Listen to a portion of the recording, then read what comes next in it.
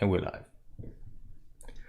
Hello everyone, welcome to our first announcement about our new comic project, 6 Degrees of Freedom, that's the name. Like, it's Hello everyone, welcome to our first good to see.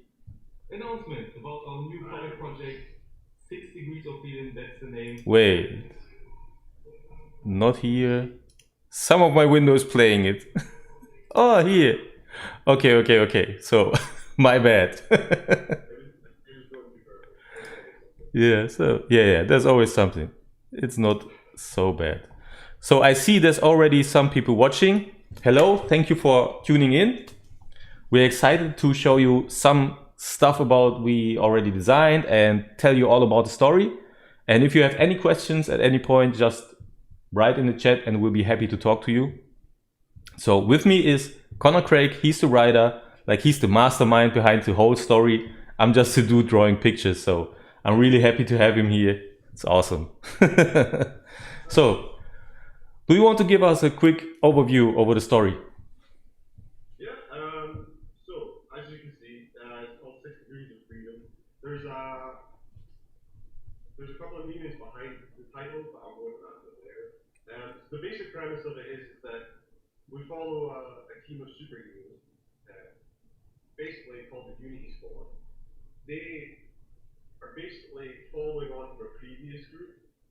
So the Unity Squad was a group of older heroes, and then something happened that made them all retire or die or mystery. And then this new group have taken over. So when we start, I think the first issue, we're about 6 months into them being. Oh, wait. Cool. I'm sorry. Nobody could hear you. Oh no! I'm sorry, guys. We were working on some stuff and time was so short. So really, my bad. I mean, maybe they heard you on my microphone. I'm not sure, but please start over. All right. My bad. No, it's cool. Right, so basically we're following a superhero team called the Unity Squad. They are a team that basically were around for a long time, and then something happened quite a while ago, a mystery, which meant that they kind of disbanded, and they either died, retired, or certain mysteries about it that will be revealed down the line. And so we're following the current team, and they've been going for about 6 months, so they're still really fresh. The idea is that they're good. They could be better, but we'll see. It's about the journey, and they're doing good enough, but it could be better. The story itself, it's a classic sort of superhero tale, but definitely the defining feature of it is the characters. Try and make them as realistic as possible. Me and Christian have had many conversations because we both read a lot of comic books about kind of where team books are right now. They're kind of, I wouldn't say they're lacking. You still get the epic nature of events, and you get a full-on character moments in regards to action, but we miss a lot of moments. We miss a lot of intricacies with character because of solo titles, but also just in general. The point of this book is to try and tell a story with character, but also have those big moments. We'll break down the characters soon, but yeah, they drive this story. There's still going to be huge comic book spectacle. There's still going to be classic style storylines, big events, and that. Obviously, you can't not have that. But there's going to be a lot of character moments that drive what happens. And I've finished the first issue. We finished it, and we've spoken about it quite a lot. And I think even just the first issue paints a really good picture of how the story is going to go, and what style of story it is. Because when I describe some of these characters' abilities and stuff, you're definitely going to be like, "Oh, I've heard of that ability before." And that is kind of again the point. The idea is to comment on these characters so you're more comfortable. I want to change the game character-wise, but I still want everyone to enjoy it. So you'll see classic sort of hero moments, but with different in-depth style character to change the sort of how the situation progresses. And that's the thing as well. You know, the action in the comic itself, as Christian has seen in that first script, the panels are really descriptive in how the action goes. I found it again in discussion. The comic books nowadays with big team books, there's always like two characters shooting lasers and two characters fighting, and it's never really. I feel like it's very it's not generic, but it's just straight to the point. Whereas here we're trying to convey a more choreographed style of action, more like pieces of a puzzle, so that everyone moves in a certain way and everyone's defined by who they are, and you know, people could come off the board or people could go onto the board purely from a realistic point of view rather than they're just shooting lasers. So when they fight a bad guy, they will have a thought process to it. You won't just see two people shooting lasers. One will be doing something, one will be doing another five will be doing different things. They're all working or trying to work together is the point of the book. You know. So I just see we have a comment from the merchandise Mackenzie. He's asking if it's more like Umbrella Academy, The Boys, Fantastic Four, or Avengers. Okay, so maybe I can tell what I think what it is. Like, yeah, that's a good idea. Because yeah. I know the script for the first book. I know somewhat the arc. Like I know a lot of the arc actually. So, but the thing is, if I had to put my finger on it, it's really tough. Like I would say, there's a lot of all those in it, and it's not like I'm trying to sell the book, not at all. But is it like Fantastic Four and Avengers? I don't know about Fantastic Four. I'm not a big Fantastic Four fan or reader. It's not my not my cup of tea. But Avengers, yes, totally. Is it like The Boys? Yeah, there's this. It has what's really dope about The Boys. I'm not talking about the gore stuff, but character-wise, yeah, I guess it's much like that. And Umbrella Academy, I would say Umbrella Academy and The Boys, that they really go along, that they play with the characters a lot. So I think it's from all of those, a little bit. Yeah, I think it's a really good question, and I agree with you. To be honest, I think it's a mixture of everything. Again, the story, team books tend to be nowadays, they're driven by plot. They're driven by, you know, oh, we've got to go A, then we've got to go to B, then we've got to go C, then we've got to fight D. Whereas this, it's not so much about a genre. I definitely, with characters, I use archetypes, but with the story itself, it's more about, you know, how do you move these characters in a realistic way? You don't, it's not like some gizmo shows up and, oh, that's what they've got to do. It's more, the story, the characters dictate the story. When I think about them, I go, okay, if I put myself in their shoes, what would they do next? And definitely stories that I'm coming up with definitely paint a picture of more informal storytelling is probably the best way of putting it. So yeah, kind of like The Boys. The Boys in Umbrella Academy are definitely not norm, but at the same time, you're still gonna get beats like Avengers and Fantastic Four. Definitely, I think Fantastic Four's, I agree with you, it's probably the least like Fantastic Four, but that's not to say it will never become like the Fantastic Four. And that's kind of in the style of the journey. I like a journey, I like a beginning, middle, and end, I like progression. And I think that Fantastic Four is where this group need to be, where they kind of, not so much a family, but they do need to be a team, and they're not necessarily that at this point. So yeah, I agree. I think Fantastic Four is probably the one it's least like, but the one it wants to most be like. Yeah, I think Fantastic Four has it going for it that it's like a family. It's more like a family book, but it's a family with superpowers and a lot of responsibility. So yeah, and it's about the interactions between the characters, because like Reed Richards and Invisible Woman, they married. That's not happening in this book. Like, it's not happening now in this book. Yeah, never say never, but right now there is no romance plots, I don't think, in this book. Yeah, you heard that there's no romance plot. We're not trying both ways. We're not trying to grab this part of attention and that part of attention. There's a focus point on the book. The thing is, that's a good example. And there's no romance, at least yet. And the idea of that is because there's none needed. It's not like there's boxes. Like again, not going to call out any specific ones, but a lot of comic books nowadays like to take their boxes and they go, we've covered that, we've covered that, and we've covered that. That's not what this is about. The romance hasn't come up yet because there is no romance. There's no characters that would be interested in each other. It's more of a team dynamic, and the characters themselves are more interested in other aspects of their lives. There could be a romance someday, but that just depends on how the characters go and how I write them and how I feel they would feel. Yeah, this is like something I really like about the way you write. Like it's the character as the character. He's acting on his own. And this is something I miss in a lot of comic books nowadays. Like these characters, they do what they're supposed to do instead of having their own life. So like you say, there could be a possibility that when we have to write character, it becomes a love interest. Love interest. So, but it would be in an organical way. Like not, this is the love interest. Here you have it. Now you need to fall in love, because this is always a little bit stupid. Yeah, exactly. It's too on the nose, and it's something that bothers me.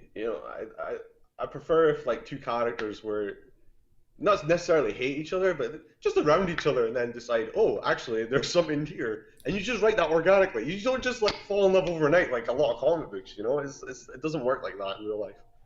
Yeah. We also have another question from Flame Master. He's asking if you can talk about a little bit about some influences of sources or of inspirations. That's a good question. Do you want to go first, or? Or you made the story, like the main part. My inspiration was more like if I need to design a character, I'm thinking about, okay, what's practical? What would make sense? Like I can get into the design stuff. Like I really think about design, and design is not like style. Style is how you do something. Design is when you try to make something not only look good, but work as well. So when I design a character, that's a lot of stuff I think about. Not like, hey, would it be cool if he has these and these glasses on? Like have him wear green glasses. Yeah, having green glasses might not be for every character. Like if you're not invulnerable and you wear glass, that stuff's going to be in your skin a little bit down the line. So you might don't use glasses. So that's a part where I get inspiration from, like real technique. Real stuff. Like I watch a lot of YouTube studios about how stuff is being developed and stuff. Yeah, that's it. But I guess he was more asking about story, so this is your part. I know. So I think in regards to inspiration, I kind of took a lot of it from different places. Definitely, I think one main inspiration, and it's interesting because it was one of the first things we spoke about when we first started speaking, was when I asked you about any ideas you had, and you brought up manga. Like not so much manga as a story, but that nowadays comic books actually struggle to kind of get the sales, and manga is really getting the sales, especially during lockdown. And it's like, we miss out on teenagers, and we miss out, like, why is this happening? And I really love manga and anime, and I think it's just there's a lot more, I don't want to say there's more heart, but it's a lot more on the nose. They're not so afraid of going direct into topics, and they don't really listen to people. They just do what they want. So in that regard, like inspiration for me definitely would be, one of my favorite anime ever, and manga, it's an amazing manga, is Neon Genesis Evangelion. So yeah, so one of the reasons I love it, and one of the inspirations I took from this story is Hideko Anno, that made that, did this crazy thing where, and I would love to meet him to see if this is true, but everyone says it's true. There's like so many characters in this show. There's like 35 characters, and he literally basically took his psyche and smashed it up and put a piece in every character. So seemingly, if you speak to him, 1 minute he's one character, and the next minute he's another character, and next minute. So all the characters in the show feel so real. The plot itself is ludicrous, but yet it's always grounded by these real characters, these real feelings. And so for me, when I was coming up with these characters, some of them are not like me, and some of them are emphasized versions of things I think. But I definitely took a form of that and thought, when I was coming up with these characters, it was, how would this person operate? And I always say, like, I work 9 to 5. I'm just a random guy. I'm not anyone famous or anything. So I live like a different life to a lot of the people you see on that write comic books or social media. Um, so when I was writing this, I was trying to write it as a bunch of characters that are just people. Okay, they've got these abilities, and you'll see some of their drawbacks, but they are just people living a life, trying to be heroes. And that kind of leads me to a good point. One of the first things me and Christian agreed on with this is our group of heroes. There's 6 of them, and the mission statement was to make 6 Peter Parkers. There is not enough Peter Parkers made nowadays. There simply isn't. There's even Peter Parker's not doesn't really feel like Peter Parker anymore. We're just again so focused on plots and we gotta make a big story and everyone will read it and then it doesn't work out. We're forgetting about what made people read comics, and Peter Parker was a huge reason why I read comics. So yeah, it's kind of bringing that relatability back. Yeah. So yeah, that's kind of inspiration. And So- like a couple other inspirations, like quickly, are I mean, I love comic books, so that is definitely one. But also people in general. I love meeting people. I love speaking to people. I love getting. I love discussions, and that's kind of again where the dialogue in this book especially comes from, or hopefully comes from. And just just getting people into comics. I would love for more people to read them. I wish that more people understood the literature that they are. I wish more people Yeah, that would be understood dope. that there's some crazy stories here, and like the movies are so popular, and yet people will be really excited coming out of the movie, but it's actually the comic book's better. And people Yeah. sometimes people go, but it's like, but it is, and it's great, and comic books can be hard to get into, but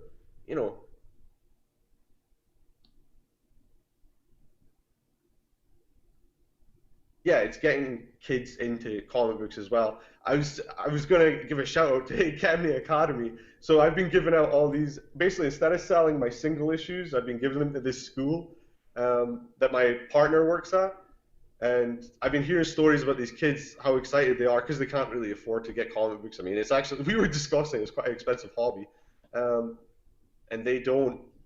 They're really excited at reading all these issues.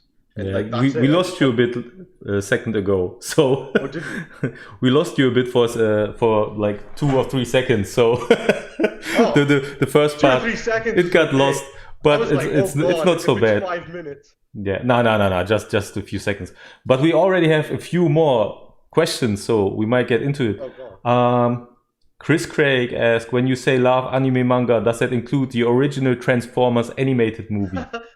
Right, I'm just gonna be honest. That's my boss. That's his favorite animated film ever.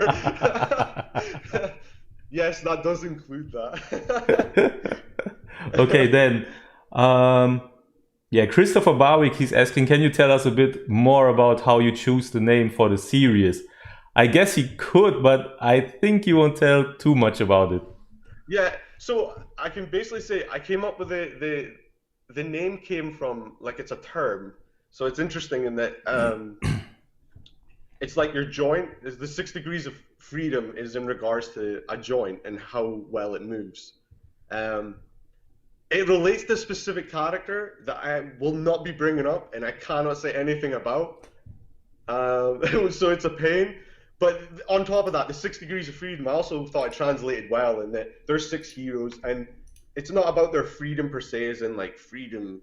It's more of freedom as in like their minds and how they live. How do they move forward? How do they overcome? And again, that ties into inspiration. In the anime, I feel like a lot of it's about overcoming. These characters have to overcome not just the plot, but themselves. They all have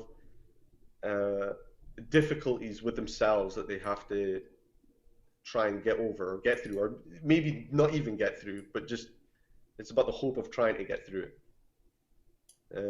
And that's kind of where 6 degrees of freedom comes from. Like it's 6 heroes, and it's the level of freedoms they have with themselves, and not just general freedom. Yeah, I just show the logo for a second. It's a real bad image, but I forgot to load a good version of it. Cool. You will see it on the other images. You will see a better image of the logo. But just for now, just real shortly to show you the logo. Yeah, and then you can see like what Connor just told you about. It's all the logo is influenced by it. You can see Yeah. very well. It's a great logo, not done by me. So I'm not give a shout out. trying to tap my own shoulder. The logo is not made by me. It's but it's awesome. I love it. I love the logo. It's awesome. So do I. It was actually done by my partner, Hannah Lowe. She worked really hard in it, so kudos to her. Also, if anyone's curious, Christian set up a Redbubble, so you can buy merch with that logo on it now, if you would like. Try Don't to think about support, price, like, just do it. if it works. Like, if someone is hyped about it, I would love it. But of course, it's just something we threw out there.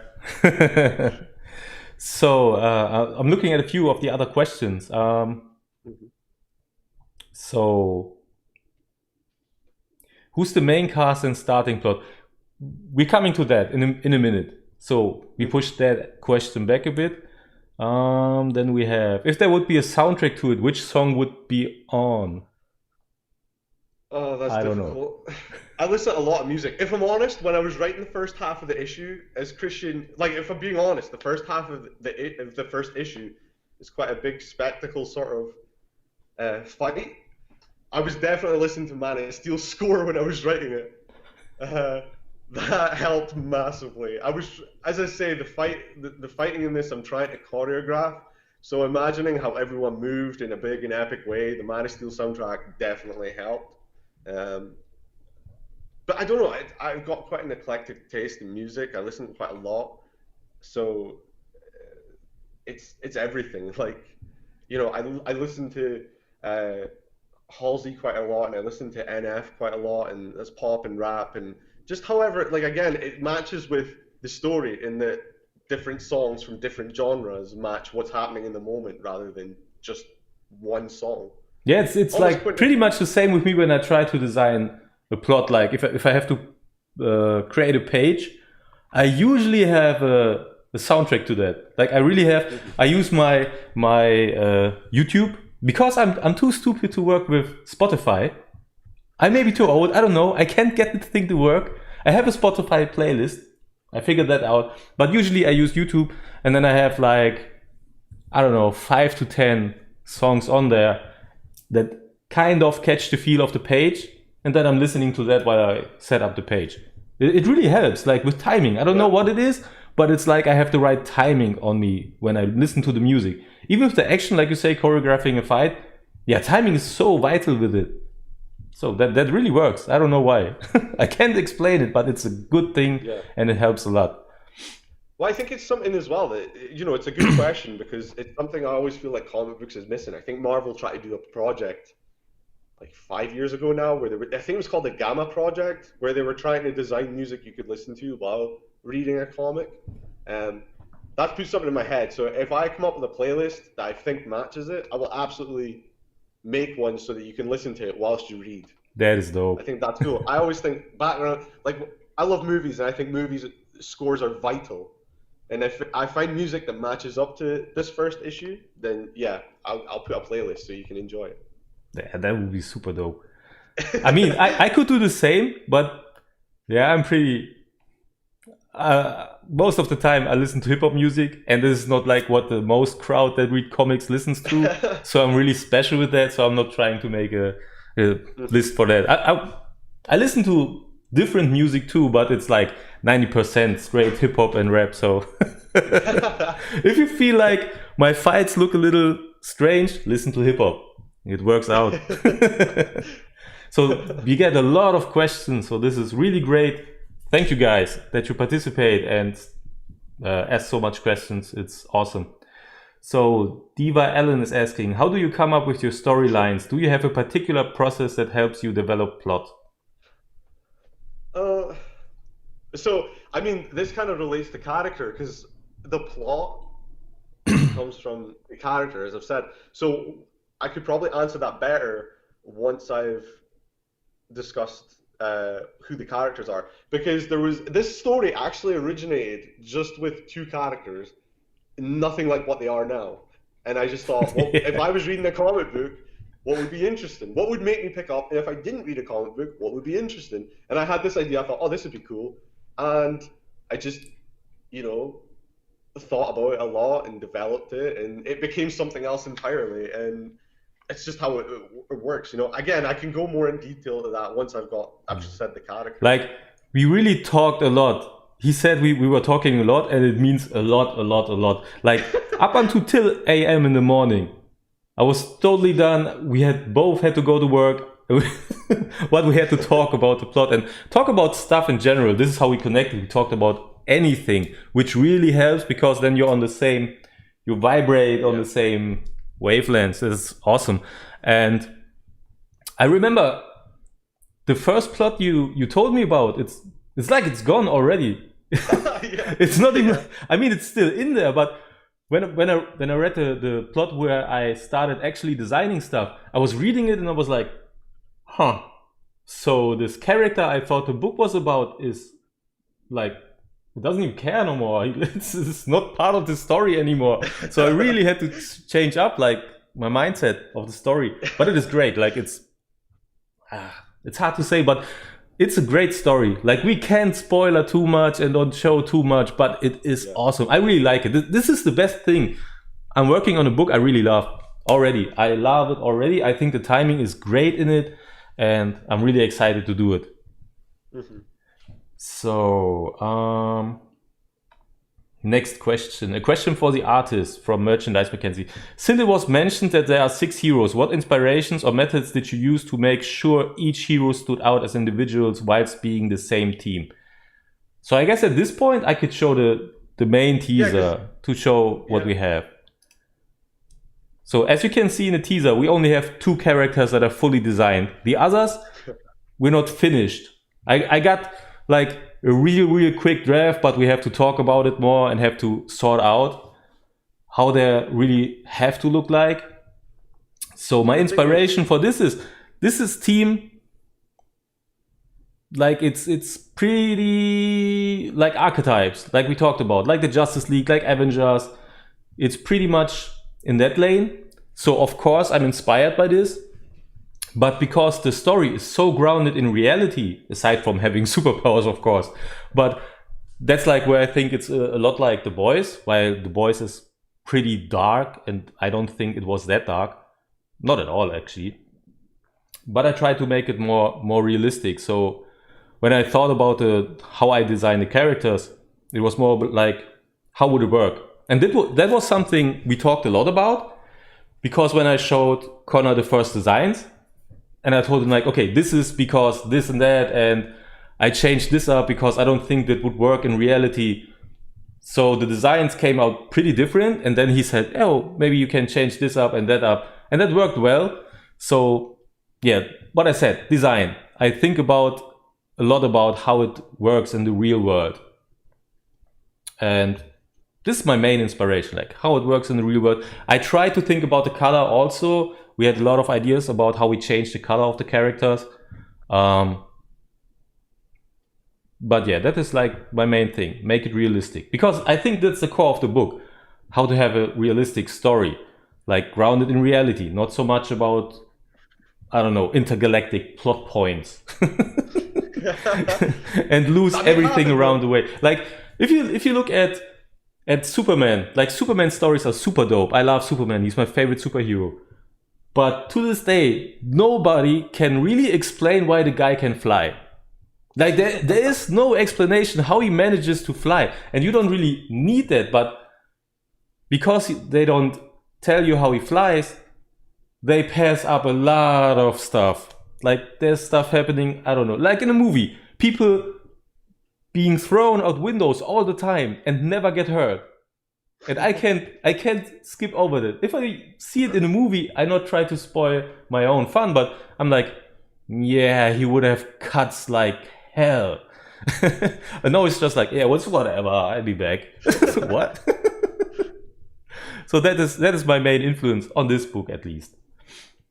So let's go with the next questions. Might have to get a 6 degree of freedom sticker for my board from CG.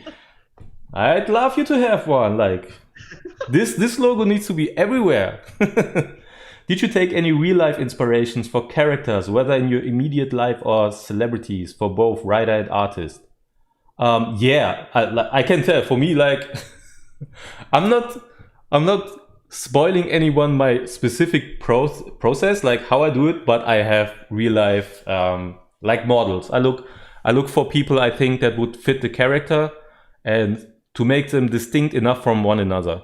I mean, there's a way to write comics, not write comics, draw comics, and it's a proven concept. The characters shouldn't be too specific.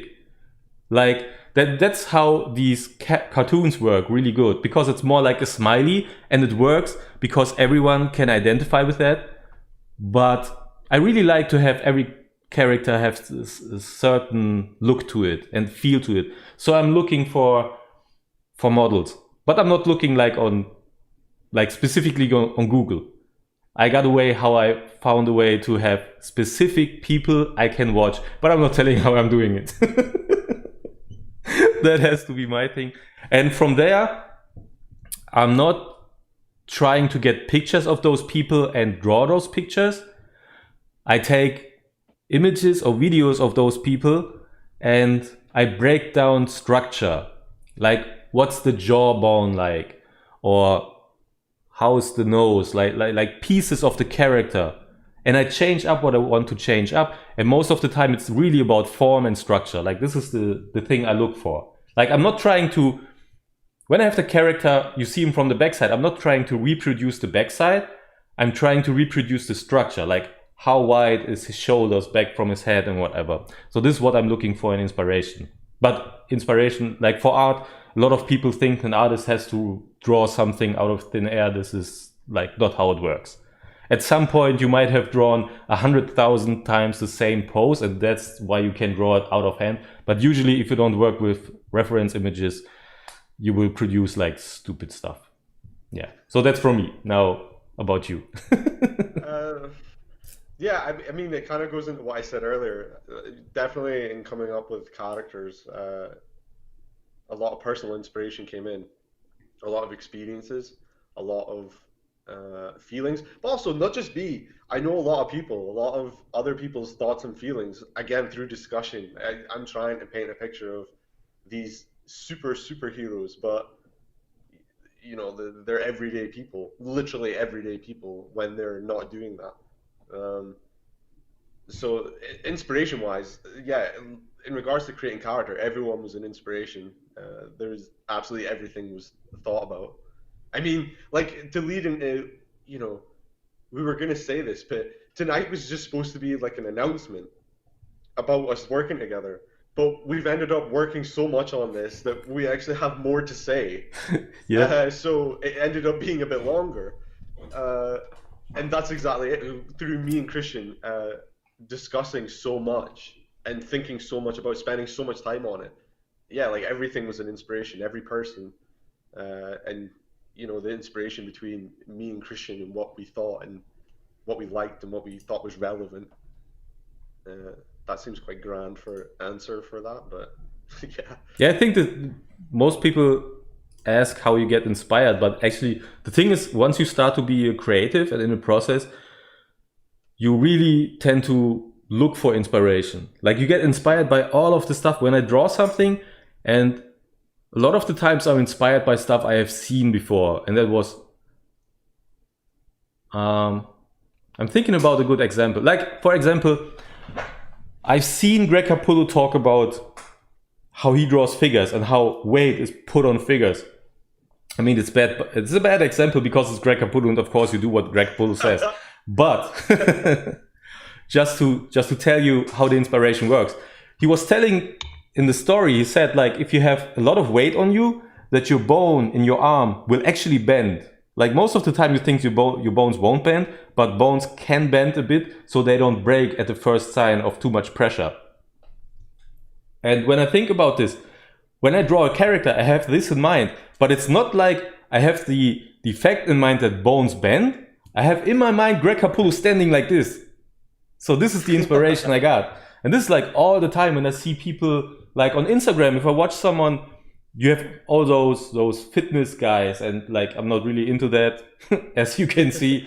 So, but I look at those posts and I scroll through it, and sometimes when there's a video, I watch it because it's interesting to see how the muscles work, and not so much the bones, because you barely see the bones, but you see the muscles when they work, and this is like inspiring to see how all those things fit together. Like you can know every muscle in your body. Like if you know, okay, this is the biceps, this is the triceps, and you know how it's formed and where it's going, it's not helping by we draw it. Like I tried it. It's not helping. You have to know how these muscle works related to each other, like how they get into each other. And if I draw here, where is it going? Like even if you move your arm, like the difference it makes. Like now I move it this way and you see, because this muscle gets hard, you have a shadow here. But if I leave it like this and I come up, there's no shadow. Then we have a shadow here. So yeah, I really watch people a lot. And when they talk, I watch a lot about like what's their face doing. Like when someone is not talking, but he is annoyed a lot, like men, they tend to have, there's a muscle here. And I don't have it. That's like, I hate it that I don't have it. But they push their jaw together, and then there's a muscle you can see here. In movies, you see it a lot. And this is something when I see it, I'm like, yeah, this is subtle thing, but it works so well. So this is what inspires me with that, yes. I guess you should also, oh my God, I lost the question. I'm sorry. Yeah, the question was the real life influence and circumstances that get into the creative process. So I think you can talk about it as well. What was that? Sorry, I'm lost. Yeah. So he was asking about the influences. How much of your real life and circumstances do you take with you into your creation process? Yeah, oh yes, you already said it. Yeah, writing wise, it's just everything. It sounds really like a cheap answer, but it is everything. Yeah. So what else have we got? Are we into video games, and are there some titles which you would consider inspirations or references? Yeah, I'm into video games, but I don't have time for video games, and like there's not a single influence in this thing for me. Not at all. Do you know what? I don't know if I would say it was an influence, but thinking about it, like I play some video games. I wouldn't say I'm like hardcore video gamer. I would definitely think something like Detroit Become Human. That definitely was. It's something that I didn't find as inspiration, but it was something that, and when I look at it, it's probably similar in style. And that, okay, that's like almost a pick your own adventure style thing, but it's always decided by character. Your decision does actually affect where the story goes, and it always feels like the character's in the driving seat. So definitely, 100% Detroit Become Human is one example. I think the other example, I mean, if you're going for action, probably like in scale, like I would like to at one point become like God of War in style of scale. That would be sick.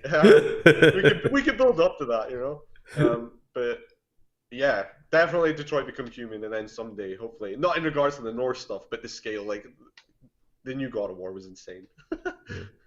So there's another question from Eiko. If the series were to be adapted to the screen, which director do you think would be suited this style? Oh, that's a difficult one. Yeah. I mean, Christopher Nolan, of course, but everyone. Yeah, I didn't want to say that. Everyone always. That's the first one they go to. Who would I say? Thinking about it. See, I think it would be Gareth Evans. Gareth Evans? I'm pretty sure it's Gareth Evans. Yeah, Gareth Evans. Gareth Evans directed The Raid and The Raid 2, and he's also done a really sick show called Gangs of London. It's really cool. And to be honest, he's my pick to do X-Men if they ever do X-Men. But he has control of, like, so he does martial art movies, which is kind of insane. Because, you know, it's be different in style to what I was writing. But he has such control of, like, he choreographs action to an insane level. Obviously, he works with coordinators and stunt doubles. But he has such control of how the camera moves and how the actors portray the action, and how the stunt doubles, and to be honest, the actors, because the actors are stunt doubles, convey the action. But he never loses character. he almost tells the story through action. You can tell exactly who's who through the action, which is one of the reasons I love martial arts movies, classic good versus evil. But Gareth Evans, when he moved to Gangs of London, it's this TV show, and because I don't know, have you heard of Gangs of London? Nah, not at all. It's like a cool show that only started. It was during lockdown. It was on, and I was getting texts from everyone being like, "This is amazing, watch it." And it is. It's amazing. It's got some of the craziest stuff I've ever seen, especially for TV scale. But there's always character. There's so many characters in this show, and he always balances them. So I think Gareth Evans would be who I pick. If I was to go one further and say scriptwriter, I feel like Jane Goldman. Jane Goldman did Kick-Ass and X-Men First Class. Again, related to X-Men. I definitely think that I like her style. And I think that her with Gareth Evans would be amazing. Dream. So, well, there's even more questions to it. On a scale of 1 to 10, where 1 is neighborhood issues and 10 is universe level stakes, where does 6 Degrees of Freedom at least start off at? Oh, so you're going to... I would say, I'd definitely say a 2 or 3. Yeah. We're never, again, like, it depends on where the story goes, and if it does well enough, but it could become a 10. You never know. Just depends. Right now, I think in my head and what I've mapped out, it probably goes as high as like a 6. But that's, again, not to say, like, we don't, if it needs it, it needs it. But we don't need a big intergalactic end of the universe battle to make the stories matter. We don't need those sort of events to sell this. I'm hoping that the characters sell this enough and the situations they arrive in sells it enough. I think that's all it needs. And definitely some of the, I mean, we'll get into characters in a minute, but some of the twists that Christian knows that I've told him about, you know, some of them are pretty bonkers, and they don't need anything massive. If it's just a whole, the old, you know, pull the rug underneath your feet. And that's something I really want to, I don't want to make twists just for the sake of it. I don't want to just be like, oh, something you've never even thought of. I want to like lay foundations and then, but smartly enough that you wouldn't notice. So when they do hit, they feel like they matter. So yeah, I think it's, in regards to the question, I think definitely like a 5 or 6. But in scale, I would definitely say it would go as high as a 10 in regards to personal matters and, you know, hopefully epicness. I'm hoping the first issue has a crazy epic battle. Yeah. You know, because it's pretty big for a first issue. Christian was like, "You got it right, a big first issue," and I was like, "Okay, I got this." And then you read it, you were like, "This is dope." You know? Yeah, the thing is, I thought we need something that's catchy, like you really have to show off powers and whatever. And I told him, yeah, like we need something that's really crushing. And then he showed me the script, and I was reading it. And I was like, yeah, he did. And my second thought was like, I have to draw this. Like, what a stupid idea. I just made myself a whole lot of work. Yeah, it's really, really going on. So there's a lot of questions about the powers and revealing some stuff. So maybe you can talk about all the characters. And we haven't even talked about the blacked out characters. So you don't even know who they are. But I guess you can tell. But you can say the name and I will tell everyone which one of the blacked out characters it is. And yeah, Flamemaster said, as an Asian German guy, I would completely dedicate my life to watching a movie adaptation from Gareth Evans of your project. So we got a viewer, HBO Max, I'm talking to you. Hopefully they're watching. You never know. I'm pretty sure Jane Goldman loved comics, so you never know. And I think he's looking for a way to break into Hollywood, because he's done like Asian cinema amazingly, and then he's come across to Britain. He's done this British gangster show. So now let's go bigger. I think I can't believe nobody's tapped him up to do something bigger. But yeah, so yeah, if we're getting a character, I think so. We'll start off with the first character. His hero name is Amity. His normal name is Jack Webster. So this character's abilities... Yeah, wait. Just let me tell everyone who it is. Oh, sorry. It's the one in the front with the mostly red suit. So that's Amity. So now you can go. So the idea of him is his abilities are like they're super strength. Um, so he can, punch really hard, jump really high. He can't fly or anything, but he can jump really high. There's a lot of power in him. His drawback though is that he gets hurt real easy. So he could do like a crazy good punch, but you'll break his arm. I love Uh, it. I just his love this idea. The thing is as well, like if I'm being honest, it's a lot like a certain character in a certain anime, but this ain't no learning to control the ability. This is just the ability. He will just break his arm. So he has to be really careful in how he uses it. And the cool thing, so Amity, like a bit of background as well with him is he's the leader of the group, and he actually led he was the sidekick of the previous leader of the Unity squad. So this guy has experience. He's like the boy wonder that grew up and then now leads the team. But his character is kind of interesting for me to write because he is very much the question of, should a kid be a superhero? What would that do to you? Not in a completely depressing way. I mean, if he's gotten this far, he's clearly enjoyed it to some degree, and he's done something right. But he very much he has the responsibility of being the leader, and maybe not necessarily being ready to be a leader. It's a lot of responsibility. And as I say, we've been 6 months in, so they like when we meet him, they've taken on some villains, but I wouldn't say anything substantial. And they still kind of struggle, and Jack has to kind of bring them all together. But as I say, the question is if he's the right guy for the job, or if his own personal feelings about his life growing up and dealing with all these villains in his childhood and teenage years, and also I'm not going to mention it because I don't want to. I want it to. It'll be revealed in the story, but how does he feel about his former mentor, and especially the previous way that the team was led. So yeah, that's Amity. Oh wow! So somebody just said in the chat, Gareth Forrester. So Nightwing to the Teen Titans ? Yeah. It's basically, but more of Nightwing's really awesome, and I want Amity to be awesome. I don't want people to be scared of like, oh, is Amity going to be a good leader? Is he going to be like negative? Yeah, he's going to go through some things, but the guy's not going to hide. I mean, you'll see in the issue, you'll read, but yeah, he's just very interesting for a leader, and it is very much almost a commentary on Nightwing going to lead the Justice League after being part of Batman's Justice League. So yeah, very much. The funny thing is, I never felt that way. Like when I read the issue, I wasn't thinking about him like Nightwing at all. I was pretty surprised to see it, and I wanted to say, nah, not at all. And then you said, yeah, and he feels a certain way about his previous team. I was like, Well, so maybe. I think it's more that. The thing is, I think it's more like the archetype situation. I think that very much if someone was to look at it from, face value, it would look like that.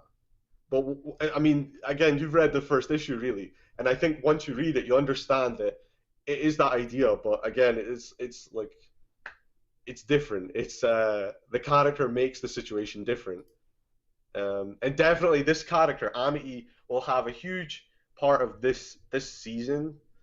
And Amity will be one of the main characters, really. There's 6, and some will get spotlight this season. I'm hoping like we continue on in that.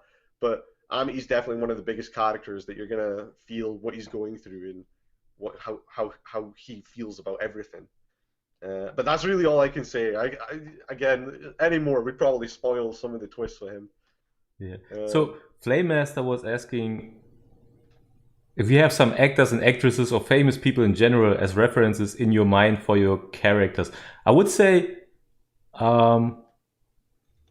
maybe we have this question running through the characters. So now we have Amity. Yeah, so do you think there's an actor or actress? Yeah, of course, an actress. No, an actor that could portray Amity well or as reference. Do you have anything in mind? I don't. To be honest, no, and it's kind of surprising because I do normally do that. But I'd be scared that if I thought of an actor, I would then try and write them like the actor. I would write them Yeah, how I would exactly. see the That's why I actor. don't do it. If I do it now, Yeah. the character will look like it. I couldn't suppress it, so that's why I really. Right now, I'm trying not to think about it. It's like the purple elephant in the room. No, not think about the purple elephant. Yeah. I mean, yeah, like a lot of my thinking comes from like how movies are made, how they look, and how they're delivered. But I think in this one instance, yeah, actors didn't really come to mind because especially in trying to write them as everyday people, I try to look at the people around me, not anyone in particular, but rather than look at who was on screen and who'd be living a luscious and luxurious life. You know, it would probably hurt how I wrote the character. Yeah. So I guess I could tell a little bit about this design. I'm showing some of the Yeah, yeah. sketches I did. So the main idea was like when we were talking about Amity, the first time I drew something, it was a full metal helmet, because I thought the idea of a guy who has super strength but would break every bone when he fights, I thought, wow, this guy would have to almost hide his head. It needs one punch to break every bone in his face, so maybe I would try that. But I wasn't satisfied with it, and I was thinking about the character, and I thought, okay, the character is young. So when you're young, you try to look good. So I made a character that is looking good, and he's trying to show how he looks. So that's how the helmet came to be. I was trying to find a way to make the helmet look, to make the helmet look like it could support him when he gets hit or whatever, but not to put too much away from the face. And also I want to have all the possible expressions available so that I can play with his face and his expressions on his face.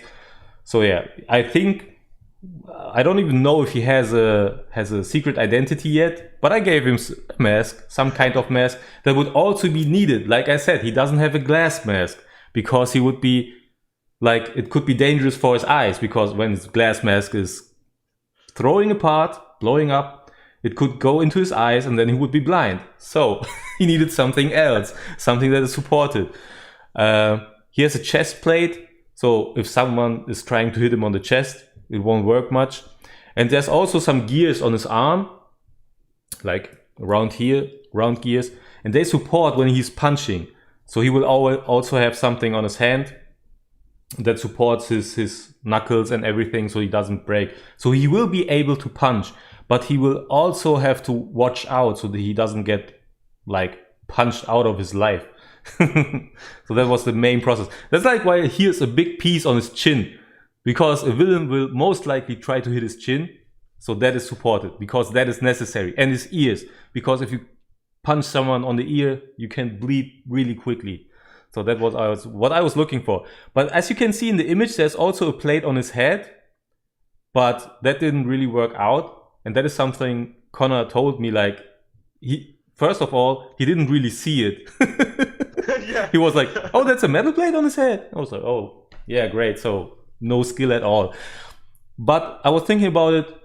That's the part where he is a young guy. He wants to show off. He wants to show how he looks. He wants to show his nice physique. That's why he's wearing a suit that shows all his muscle, his good physiology.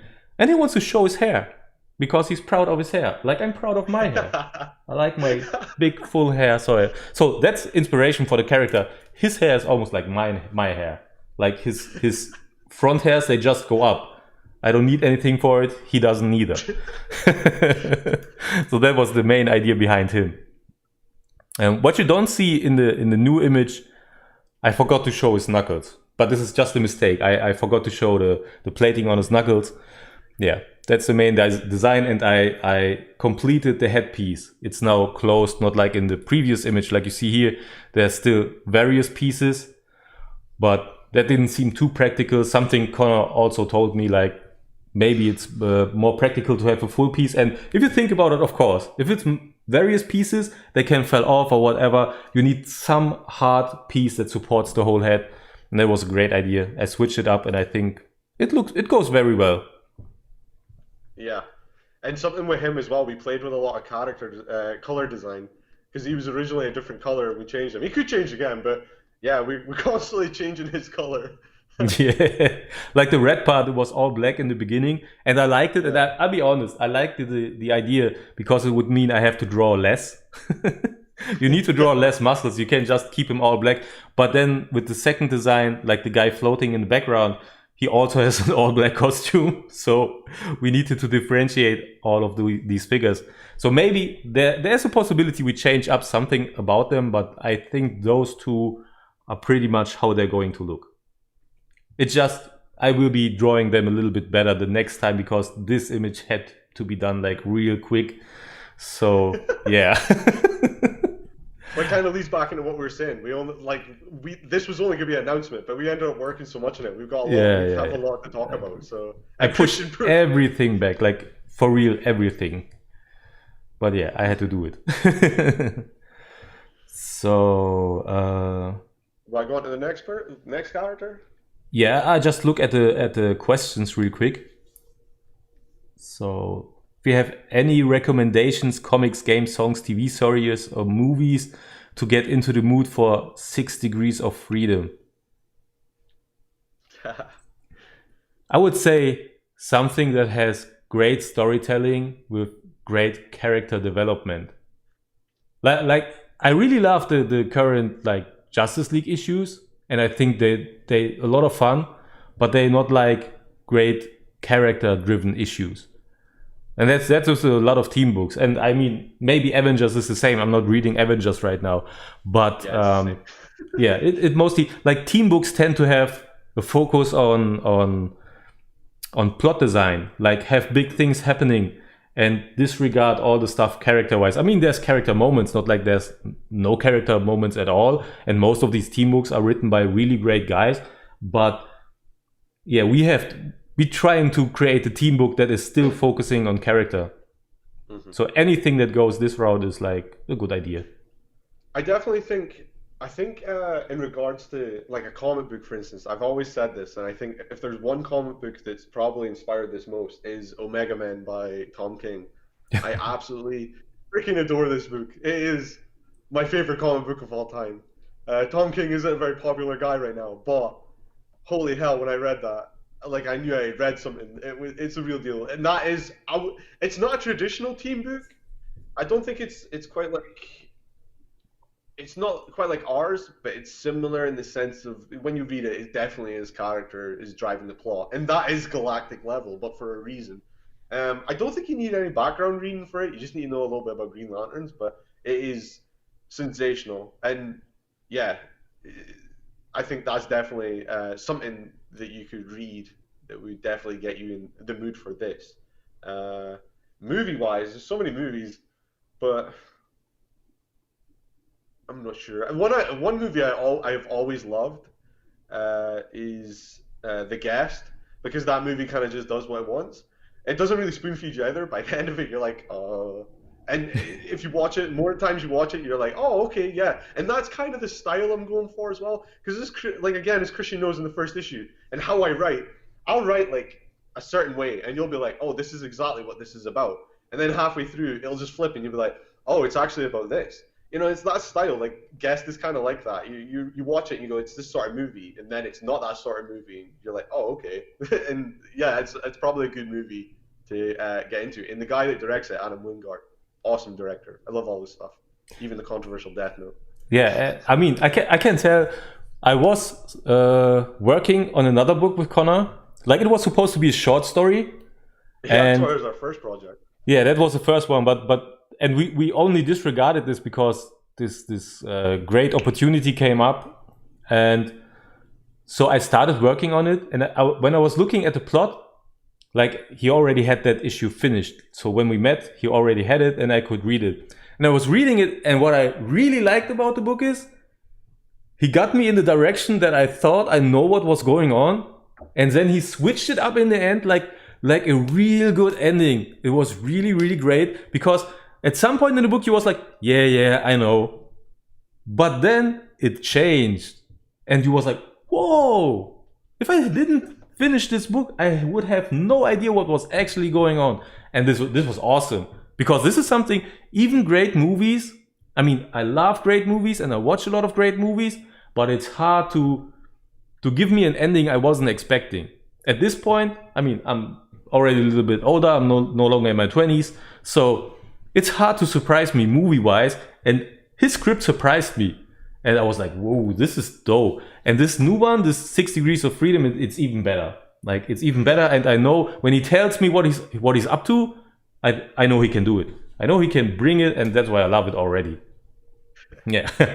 So about the questions, so many questions. I didn't expect that we get so many questions. It's great. It's awesome. Thank you guys. So Yeah, thank you. I really like a character with powers, but also weakness to balance them out. Do you think it's important to have that balance? Yeah, if you ask me, totally. I think it's super important to have that balance. Yeah, grounds the character. I mean, it's often the complaint about Superman is that he's too powerful. But again, I think Superman's a bad example because I think there's many layers to Superman that people don't understand. Um, but yeah, I definitely think that heroes that have, I mean, if I'm talking about, like anime, for instance, My Hero Academia, there's a really awesome anime. And that very much paints the picture of heroes that aren't completely like ultimate heroes. Like they've got a lot of weaknesses, and that really, really makes you feel the character so much more.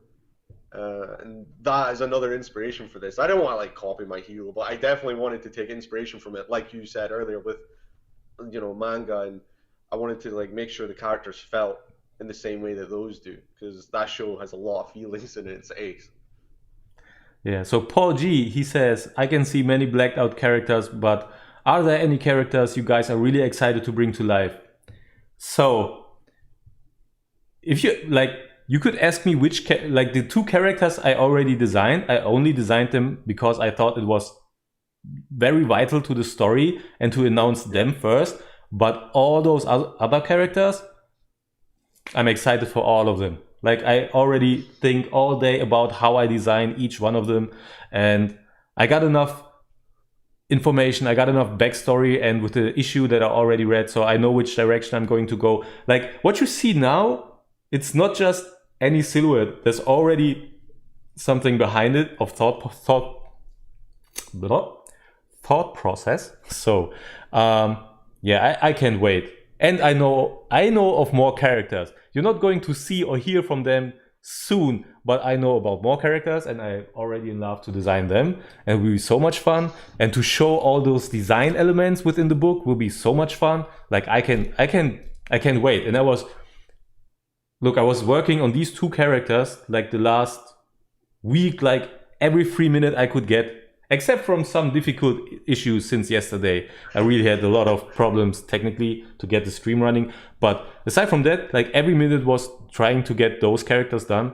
And this is already so much fun, and I can't wait for the others. Like this is, yeah, I can say it's actually a dream coming true. Like I have a team book, because I like a team book. I don't want to draw the same character all over again. So I got a team book with different characters. Every character is cool. Yeah, I can't wait. Like for me, it's super dope, and there's no one I would prefer. I can't tell you like, yeah, the first character who's blacked out is like my main character. No, I really want to draw all of it. Yeah, that's my side of the story. Awesome. I think I'm probably along the same lines. I mean, I came up with all these characters. If I'm being honest, the series was originally just like it was a team book, but it focused on one character. One character was supposed to lead it. Yeah. And then I ended up just loving every character. The more I thought about them, and the more that I thought, like, what situation would they be in? How's their life going? I was like, I just ended up loving each and every single one of them, and I'm so excited to tell all their stories. I really do think I mean, as I say, the mission statement was to make 6 Peter Parkers. If we even make like 2 or 3, that's a success. Because as I say, I don't think there's enough nowadays. But I have in my head, I honestly think we could get 6. I think we could hit a perfect 6. And I think these characters, I think the ones that we've come up with are really awesome. We should probably introduce another character now. Yeah, definitely. Yeah. Well, so right, I think the next one I'll introduce, because he's probably the one I can say least about, because we're not meant to know much about him. So the next one's Hightail. So Hightail is the on the left. Yeah, on the left. I was missing the word. Sorry, it's not my first language. Oh yeah, maybe English is you awesome. guys don't know, but actually I'm in Germany. I'm a German guy, and Connor is from Scotland. So this is super awesome that we were able to connect via a Facebook group. The group is called Geminites. Geminites. This is the full name? No. The group has a Yeah, no, it's like collectibles or collectors or something. It's yeah. a it's a really really awesome group. And Yeah, again, it's we like wouldn't I have met. only watch two groups on Facebook, comic book groups, and Geminites is one of them. Yeah. Awesome. Shout out to I Gem mean, Mint yeah, I was Collectibles. waiting to say. Watch his YouTube. It's awesome. He's talking about comics and statues and stuff like this stuff right there, and omnibuses. So check out Gem Mint on Right there. YouTube and everything. Yeah.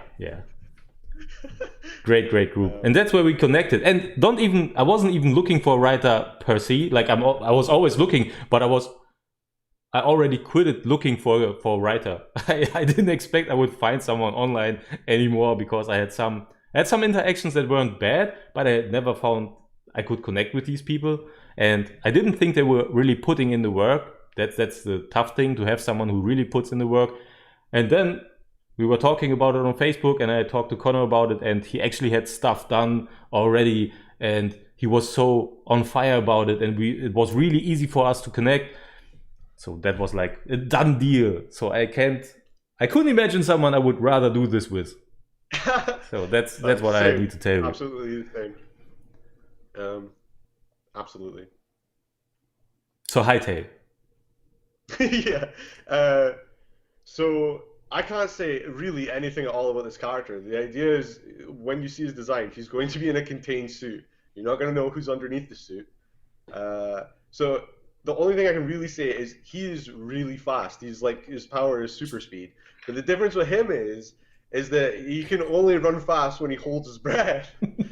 So if he runs out of breath, or he's been running a lot, or he's not been training, or maybe he's been hit in the stomach, yeah, he ain't running. So it can be a really good ability in the course of like a fight, but he's really poor if, again, he's not been training, or and again, like, the character's whole identity is baked into the fact we don't know who he is. It's like a mystery, but I don't really want people to know. I want people to have no clue about him other than those two things until we reveal down the line what's going on with him, or her. All I'll say is, in regards to the ability, is with his. I've kind of thought with his speed being related to his lungs. His lungs can be difficult, so the idea is to design a suit that will have a sort of, because it will also be contained, a sort of inhaler in it to help him breathe, to keep him going. But definitely, you'll see his powers in a really cool way, and you've seen before, but also in ways in which it probably not as effective. And also, he's absolutely silent. There's no dialogue from him, and that is in the character as well. You'll see, and that's why I've said him next, because there's really nothing I can say about him until you read him and see how he works. Well, I can tell there's really a great page in the first issue about him. Like, this is, I read it and I was like, wow, this is fun. This is fun. So yeah, that would be great to show this off. I'll go to the next character. The next character I'll speak about, her name is Belligerence. That's her superhero name. Her normal name is Natalie Allen. Yeah, she's like next to Hightail, like the second from the left. So her ability is a bit different in that so I'll say that maybe due to a chemical in her body, she can basically she can tense up different parts of her body, but when she tenses up, it becomes like bigger, it becomes more hench, becomes stronger. So if she wants, she can basically grow in size. She has an armband that helps her control this because she can't completely, and yeah, it means it can be more fun for Christian, especially again in the first issue. Uh, she can definitely use different parts of her body depending on what she needs. but the chemical side of things I can't say much of because that may play a part in the future. Uh, so yeah, in regards to her character, I really love this character. She's one of my favorites. She's the youngest, so she's 18. They're all like average, I would say about like in their 20s, mid to late 20s. She's the youngest. She's like 18.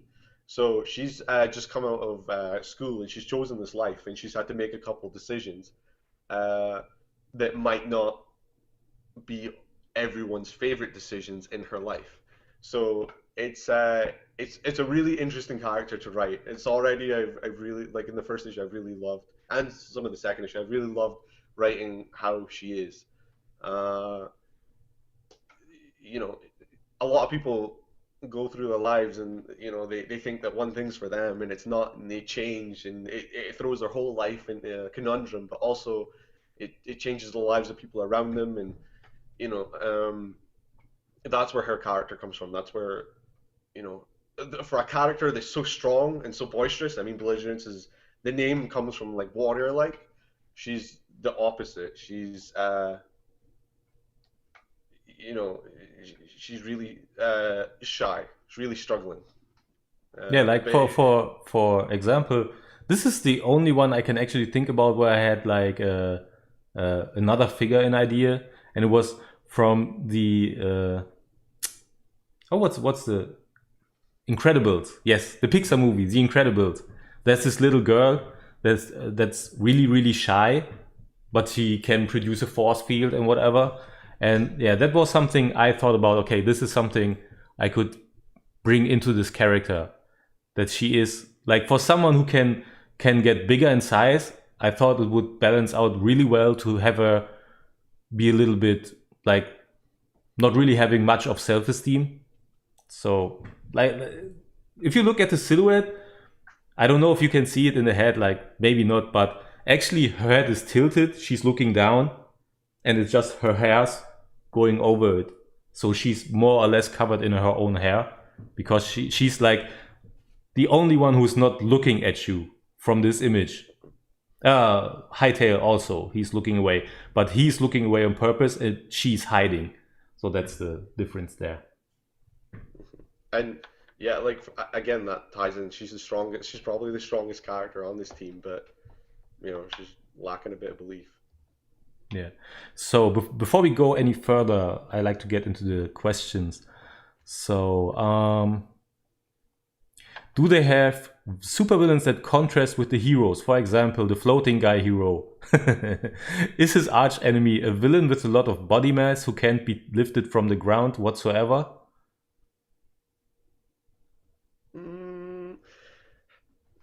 No, I'd say there's a few villains that I'm not going to talk about. There's a couple I'm going to tell you about. There's a couple I'm not going to talk about. I think the ones I'm not going to talk about are more in that style.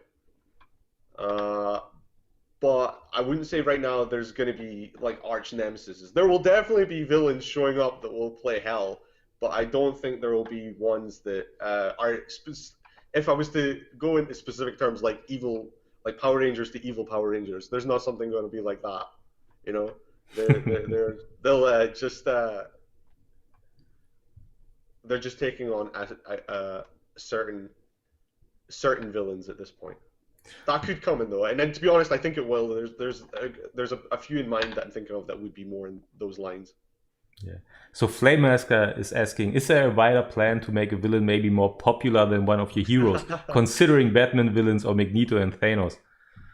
I mean, I don't know if I would say that I want to make him more popular, and I'll tell you a little bit about one of them, and you're gonna probably be confused, but I definitely think he will be a one that a lot of people will love. Again, not so much in the style of Magneto or Thanos, like not this be all and end all. Just a villain that I think is pretty original. Well, maybe it's like in the line of Rocksteady and Bebop from Turtles. Yeah, kind of, yeah. But like, yeah, definitely more sinister than that. But yeah, definitely like just a bit different. But I do think that he could end up being more popular than the heroes just because of the way he is. Yeah. But I'll speak more about him in a bit. Yeah. So Ninja Penguino says, I honestly can't wait for this. Thank you. This is really great to hear. Great to hear. Thank So you. another question from him. That's a twist in his ability that really builds well on being different from other speedsters. Oh, that's not a question. He was commenting on Hightail. So personal food question for fun. Create your perfect burger. Okay, that's a fun one, and it's quick, so we can do that. Yeah. Well, I probably see. I like pickles. That's pretty controversial. I like pickles. Nah, I like Well, pickles too. It's okay. It's I okay. actually had I had the perfect burger recently. I'm pretty sure what was there? There was brie, streaky bacon, pickles, some ketchup and mayo, and then buns. Like it was effective. Like it was a bougie burger as he described it. So for me, I can tell you, like the thing is, I can't eat too much like stuff that is too much fried or whatever because I have a weak stomach. So if I had my best burger and I could like not care about it, then I can tell you, because I usually have to care about it, it would be like a big piece of beef and lots of bacon, mayo. I love mayo on my burger. Like also some pickles and cheese, because I can't eat cheese. I want cheese on it. Not too much cheese, but yeah, I want cheese coming out of it a little bit still. A little bit But of, no pickles. yeah, put pickles in it. I take the pickles also. It's great. It's great. A little bit of salad. I like the salad. It makes me feel like it's good for my health. I know it isn't, but yeah. And yeah, tightly baked bread. Like have it great. That would be so awesome. And you make me so hungry with that question. I just realized I miss so much. Oh, and two different ketchup. Like I want some curry ketchup that has more flavor and regular ketchup on it. Yeah. That's it. Now I'm hungry. Thank you. So let's go to the next question. Are powers widespread throughout the world and commonplace, or was it a result of a specific event?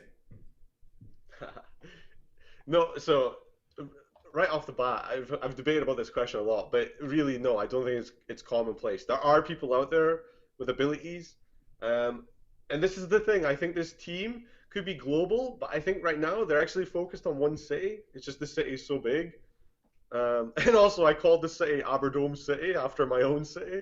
I'll probably do use real places that nobody ever uses, just because. Let's give a shout out to a bunch of random cities that never get any love, you know.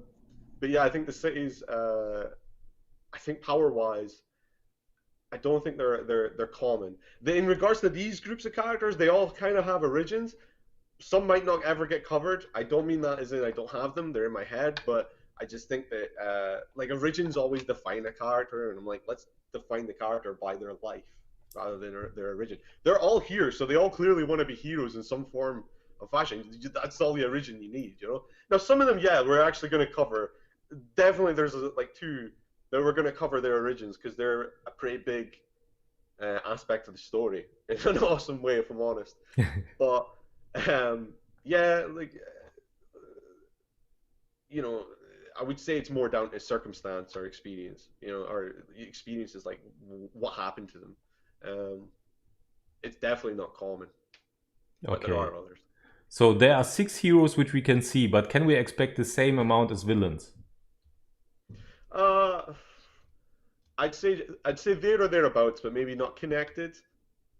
Especially because like we've not even said, but realistically speaking, this comic book it'll be like a first season. We're gonna call it like a season one, and it's gonna be like it's gonna be about 6 issues. So if it does well and we'll keep going, then we'll maybe add more. I think in the first season there's probably about the same amount of villains as heroes, but they wouldn't necessarily be connected. Uh, Down the line, there definitely could be other villains that are more one for one in a team rather than separate. But this first season, yeah, absolutely. Yeah, it's not strictly speaking the same amount. there's definitely some villains that are strong enough to take them all on, but not necessarily like a group that match them. Yeah. So, what superpower is your guy's favorite, and have you ever put that power to paper? Yeah, for me it's easy. Like, I think the best power is being able to fly, and yeah, so I've drawn this a lot, but Yeah. that's an easy one. Like all the time when you draw superheroes, you have someone flying. So, I mean, there's superpowers that would be way better, but flying seems to be like the one that is the most fun.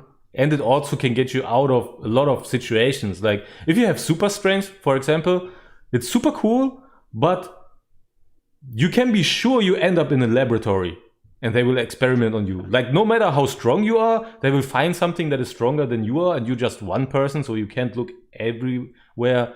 But if I can fly away, and if they find me, I can fly somewhere else. So I mean flying fast, real fast, not like flying that wouldn't help.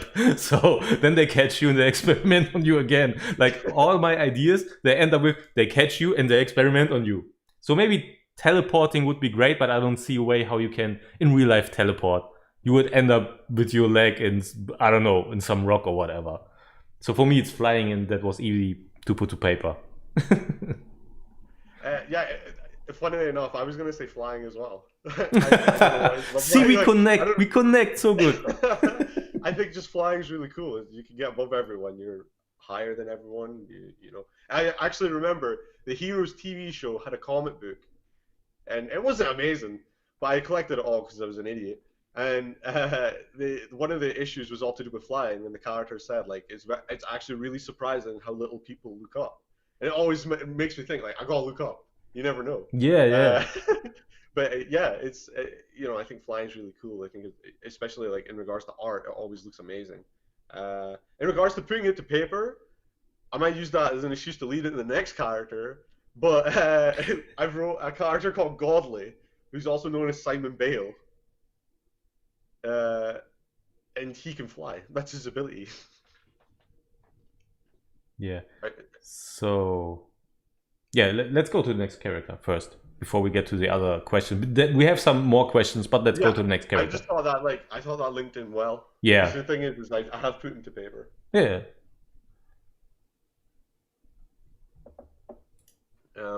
So yeah, like Godly is this guy that well, it's obvious in the name. He's like godlike, and if I'm honest, of all the characters, he's probably going to be the most anime-like character. He's on the right. I forgot. I guess I lost the part where I had to tell it. He's on the far right of the image. That's Godly. He's waving at you. I didn't know. I didn't know how to cue you there. Yeah. I just noticed. Oh, yeah. I have to tell someone where he is. So this is live. This is fun. So yeah, he's really interesting because he's probably the most positive of them all, but he's probably going to be the least liked. He's very much likes the limelight, and he like these heroes. They may not do the best in regards to like situations or fights. He'll make them look good. Like he'll always be the cleanup in regards to reporters or the news or whatever. His face will be on everything. He's also the character that basically manages to endorse them all. This group is like very popular, and they have like a base and everything, and that's partly run by the government. But that's because of Godly. Like Godly is just able, like everyone loves him. Although he's not the leader, he's basically the face. The character himself is really interesting because of all of them, they all have something going on, but Godly, on the face of it, doesn't. And that kind of leads into a story with him. He's a bit annoying. There's probably points where he will annoy you, but his heart is kind of in the right place, and we'll see down the line what goes on with him. He's another character. That's pretty much all I can say about him.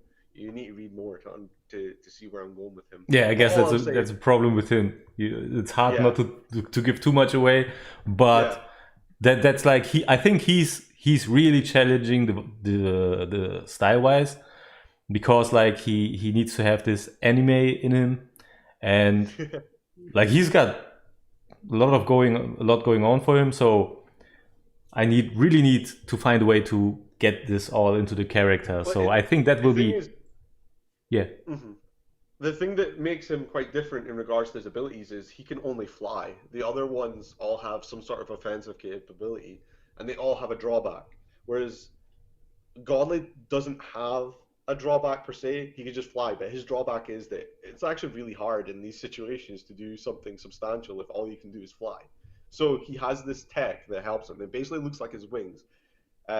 So the design will be they're like these balls of light, but he can maneuver them so that they can maybe like become liquid and handcuff a villain, or you can use them as a barrier. They're designed so they can protect him if he gets hit or whatever to lessen the blow.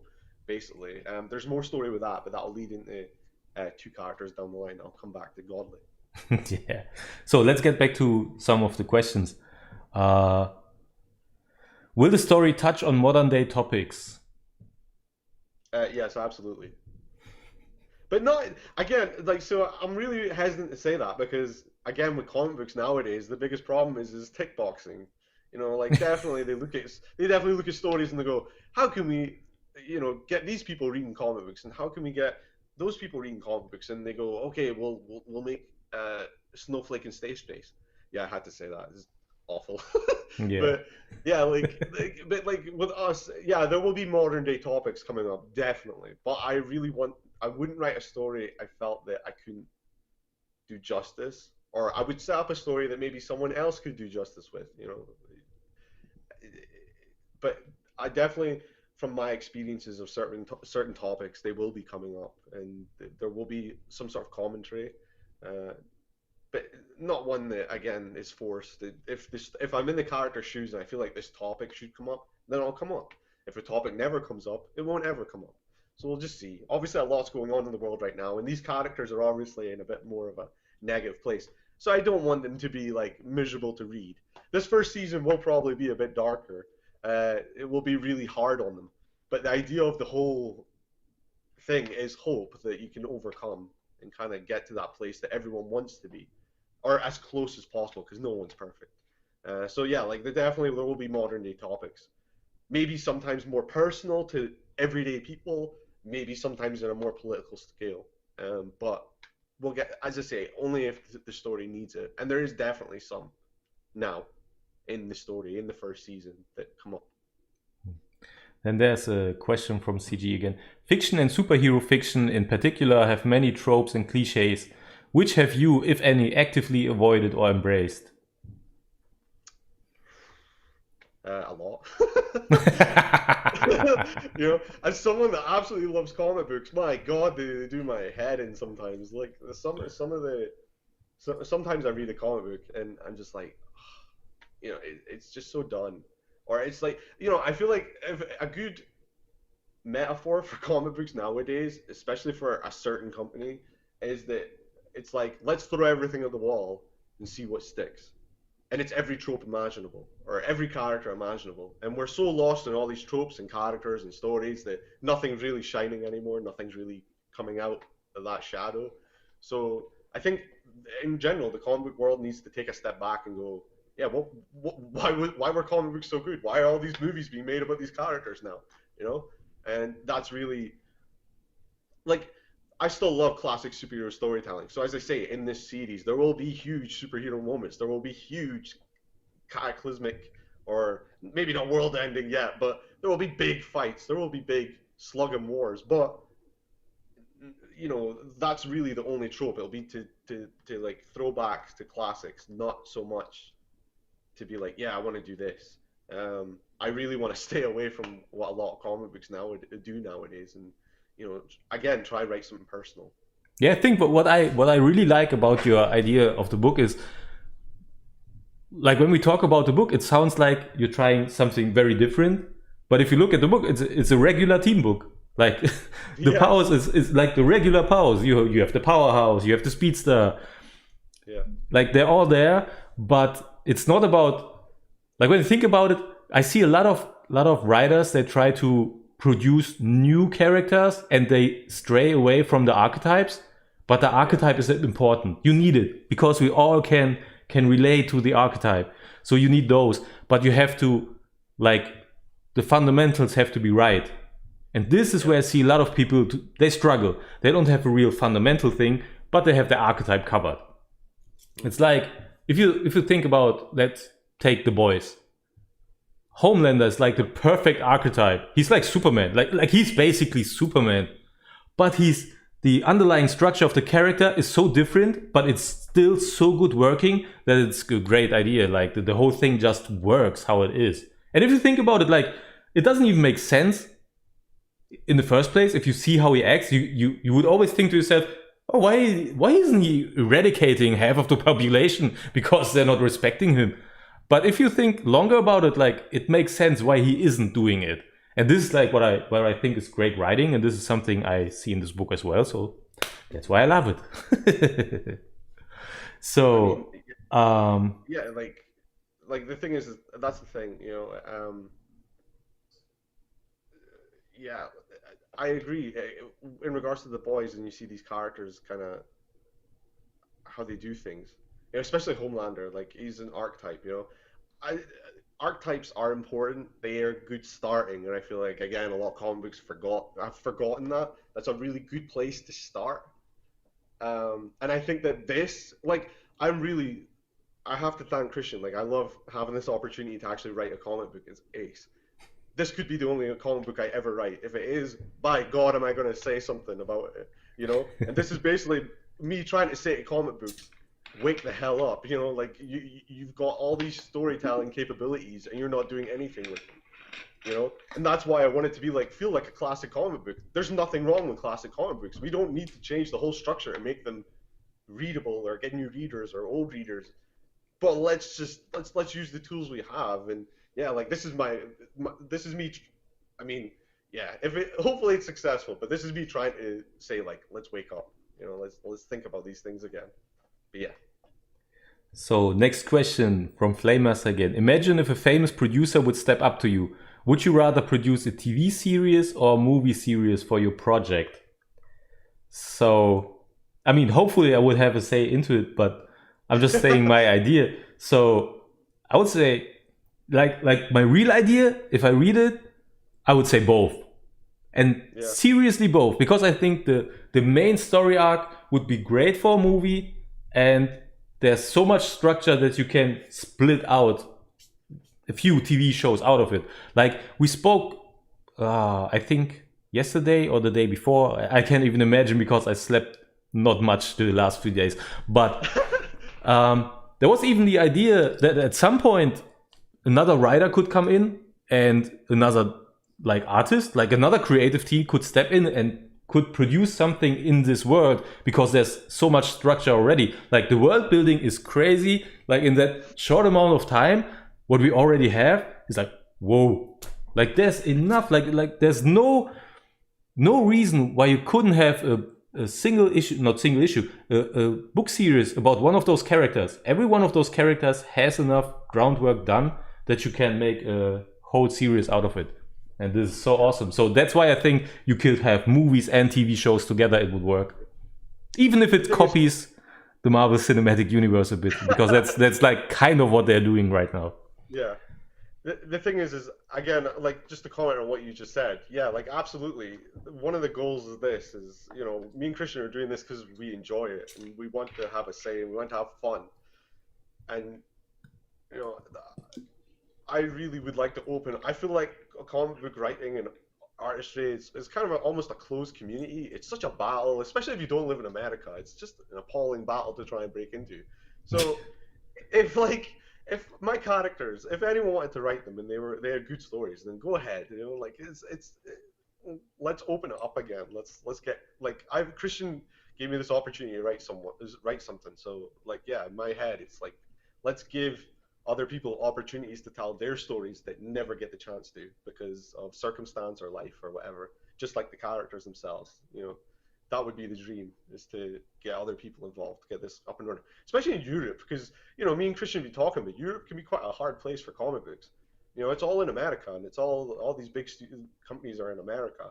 You know, and it's like, you know, there's a lot of people that love comic books over here as well, and, you know, let's try and give that, you know, let's push that out there. So yeah, in regards to a movie, TV show, yeah, I agree both. I'm a big guy. I like that stuff. I would watch. I've watched every episode of Arrowverse, even when it's bad or it's fillery, or it's the Flash in general right now. But yeah, like yeah, I love all that stuff. You know, I'm not one of these guys. I love the comic books and I love the movies. Sometimes I'm critical of the movies, but I still love them. So I would say both as well. Okay. So, what has inspired your art style? So, I guess this is more like for me. Yeah. So, yeah, I was thinking about this lately myself. Like, what has actually inspired my art style? Definitely Jim Lee. Like, I'm crazy about Jim Lee, and I got lots of Jim Lee stuff and art books. So he did, but I had to get away from the thought that it could look like Jim Lee stuff because that made me hate my own artwork.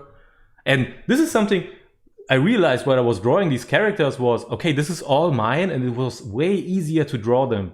Like if I draw a Spider-Man, I think about Todd McFarlane. I think about, yeah, even Ditko. Like you have all these names and all those designs in your head, and when you draw it, it's like there's a goal. Like you're really looking to reach that goal. It has to look like it, but it would be a clone if I ever reached that goal. So that would be stupid as well. So drawing these characters, developing them, I feel so much freedom while doing it, which is funny, freedom, haha.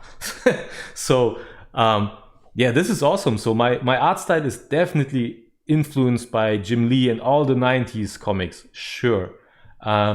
Modern day comics, I really love Francis Manapool. This is something I try to develop my inking style with. Francis Manapool and Jorge Jimenez.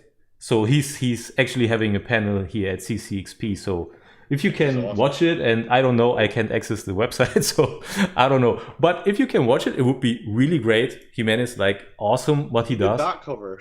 Yes, yes, he did That's the him Super that did Sans, that art. also great. And he incorporated a lot of manga design, which I'm not really doing Absolutely. because I'm not, my knowledge about manga is not enough. Like I enjoy some manga, but it's not enough that I can really think I can incorporate it into my work. Inspired, yes. Incorporate it into it, not so much. So who else? Like I love Bruce Timm, but I don't think I can get anything into my comics Bruce Timm wise, except for this lines against curves structure thing. That's really popular if you look at the animated shows. Then if you look at an arm, you can see that one side of the arm has various lines and the underside has just one line. So this is lines against curves. I try to get this into the book maybe, but so far I haven't done it in a way where I could myself enjoy it. So I wouldn't do that if I can find a way to make it work. Like I have to look at it and I have to like it. If I don't enjoy it, it doesn't work. And then Connor have to look at it and he has to enjoy it, because if he doesn't enjoy it, I haven't done my job well. So this is also one part of it. So next thing, also from Paul G. As a side note, I love the flower shirt. Can we expect to see any of the characters in quirky and unusual clothing? So thank you. I love it too. It's one of my favorite shirts so far. And it makes me not look so, I told you I'm not doing much sports, so this is hiding it pretty much and pretty good. It's like my own suit.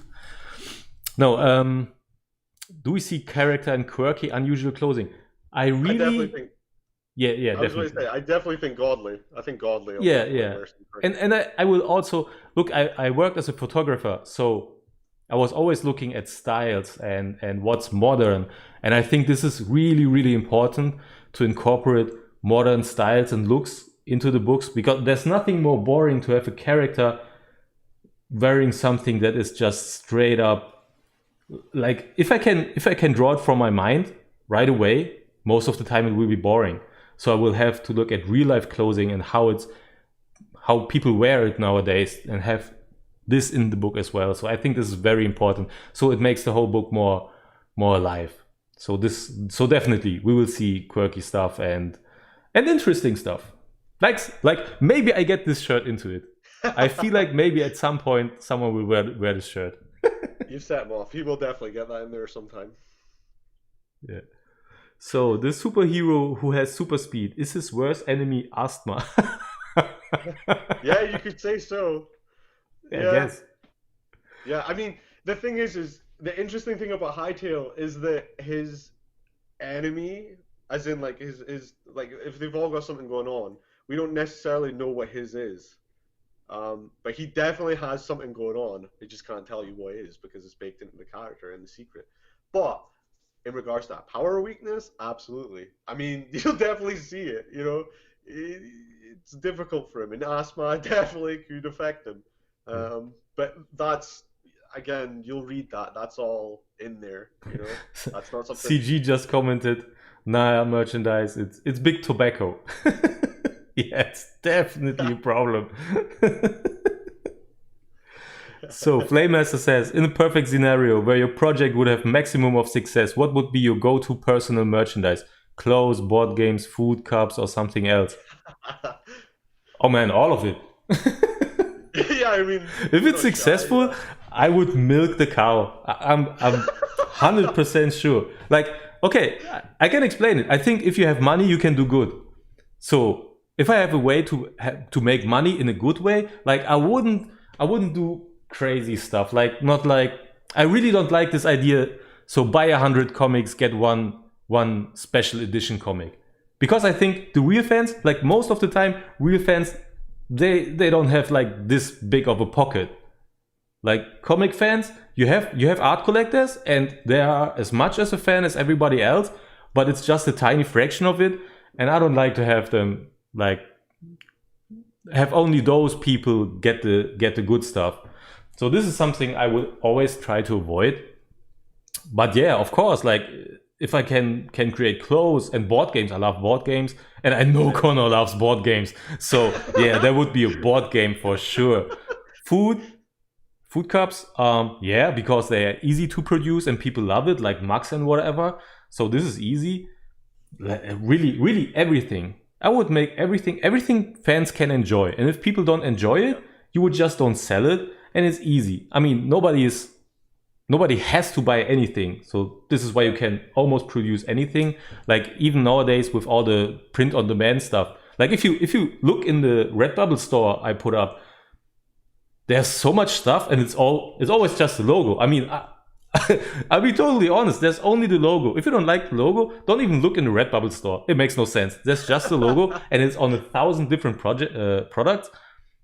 I just put it on every product available. So if you like it, you can buy it. If you don't like it, cool, don't buy it. So pretty easy. Mm-hmm. I think the same. The thing is I agree. Like you're not gonna if nobody buys something, there's no point in doing it. The thing is, I would absolutely would like to say though, if we were to make money off this stuff, if we were to release everything and make money, 100% I would give out freebies. As a fan, like I would love freebies. I would love someone to come here and give me a bunch of freebies, or travel about and give freebies. That's totally. Hell, much money is man, being made. if we make 100% money, like I had an idea about it. If we would make big money, I would go to San Diego Comic-Con. We would be sitting at our table, and yeah, I would fly in people. If we really have big money, like Netflix money, I would fly in people. I would say, okay, you're from Asia, you're a big fan, I buy you guys a ticket. Oh, you're from Europe, you can't afford STCC, I buy you a ticket. Like not randomly, like okay, all you 100 guys get a ticket, but maybe have some kind of giveaway or whatever, and have people join. Like I know what I can't buy now, and I know how much I would like to buy stuff like I don't know, Prime 1 Studio statues. They're super great, but they're like 1 or 2K or maybe 3K. So that's a lot of stuff. Yeah, you need a load. So I would love to make this available to more people. So, and if there's big money, you can do that. And aside from that, there's always projects you can do. Like the thing what I like about being an artist, if I can draw an image and it can be auctioned away for, I don't know, $500, then that's super awesome. I mean, I get to draw an image and make money for charity for it. The whole idea is so crazy to me. It's better than having money myself, because Yeah. man, that's superhero style. You use what you have, your talent, that's more or less God-given. Of course, I have to work hard for my talent, but luckily I was giving a little bit of it naturally, so that would be so awesome. But yeah, there's a lot of stuff you can do with it. And that's why I would use every opportunity to make money, not to milk the fans, but give fans what they want. And if you can make money by it, awesome. Like, look at Baby Yoda. That's like the perfect example. Baby Yoda, they could have made tons of money with it, but they didn't think about it and they didn't have anything ready. So they passed on a lot of money. And this is money what they could, like now it's COVID. So that money could have been used very, very good in a lot of places. Yeah. I will say they are milking the heck out of Baby Yoda. Well, yeah, Baby Yoda now. Yeah, now. They're... But it's like the most hype was in the beginning, and that was where the most of the money you could have done a lot of more money. Yeah. It's not cold now, but it's not as hot as it was before. So, Merchandise Mackenzie, asthma, big tobacco, and breathtaking women.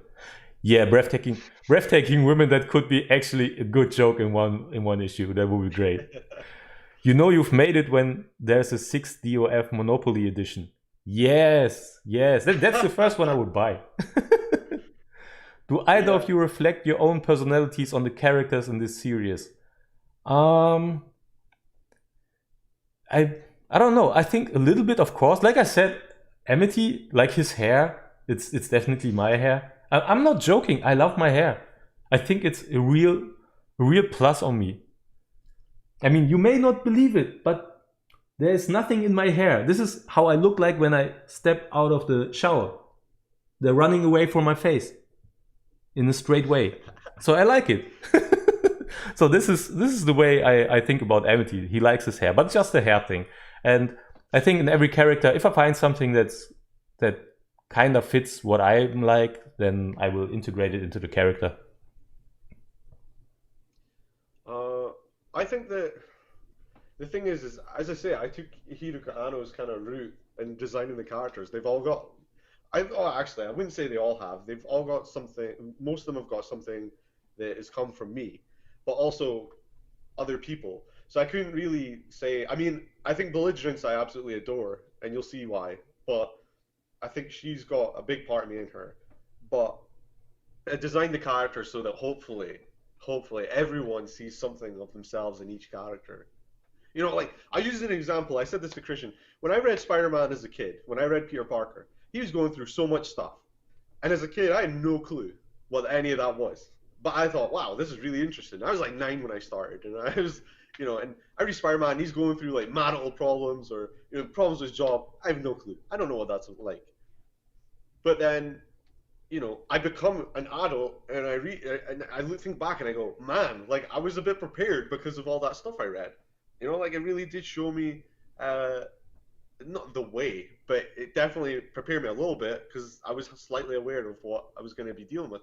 It's the same idea with this. I don't want this to be like crazy adult, you know, but if a kid was to read it, I would hope that they would read it and go, wow, that's interesting, but I've never really thought of that, especially with all the problems. Like, everyone's got something going on nowadays. Everyone's got their own problems.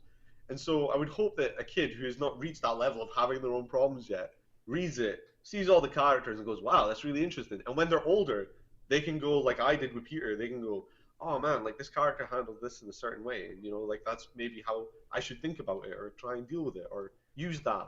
And yeah, like that's, you know, so that's kind of the design of the characters. It's not so much like I see myself in them. I'm just trying to take realistic aspects and some from me, some from other people, and put them into characters so we can kind of inspire tons of people, especially kids that are wanting to get into comics.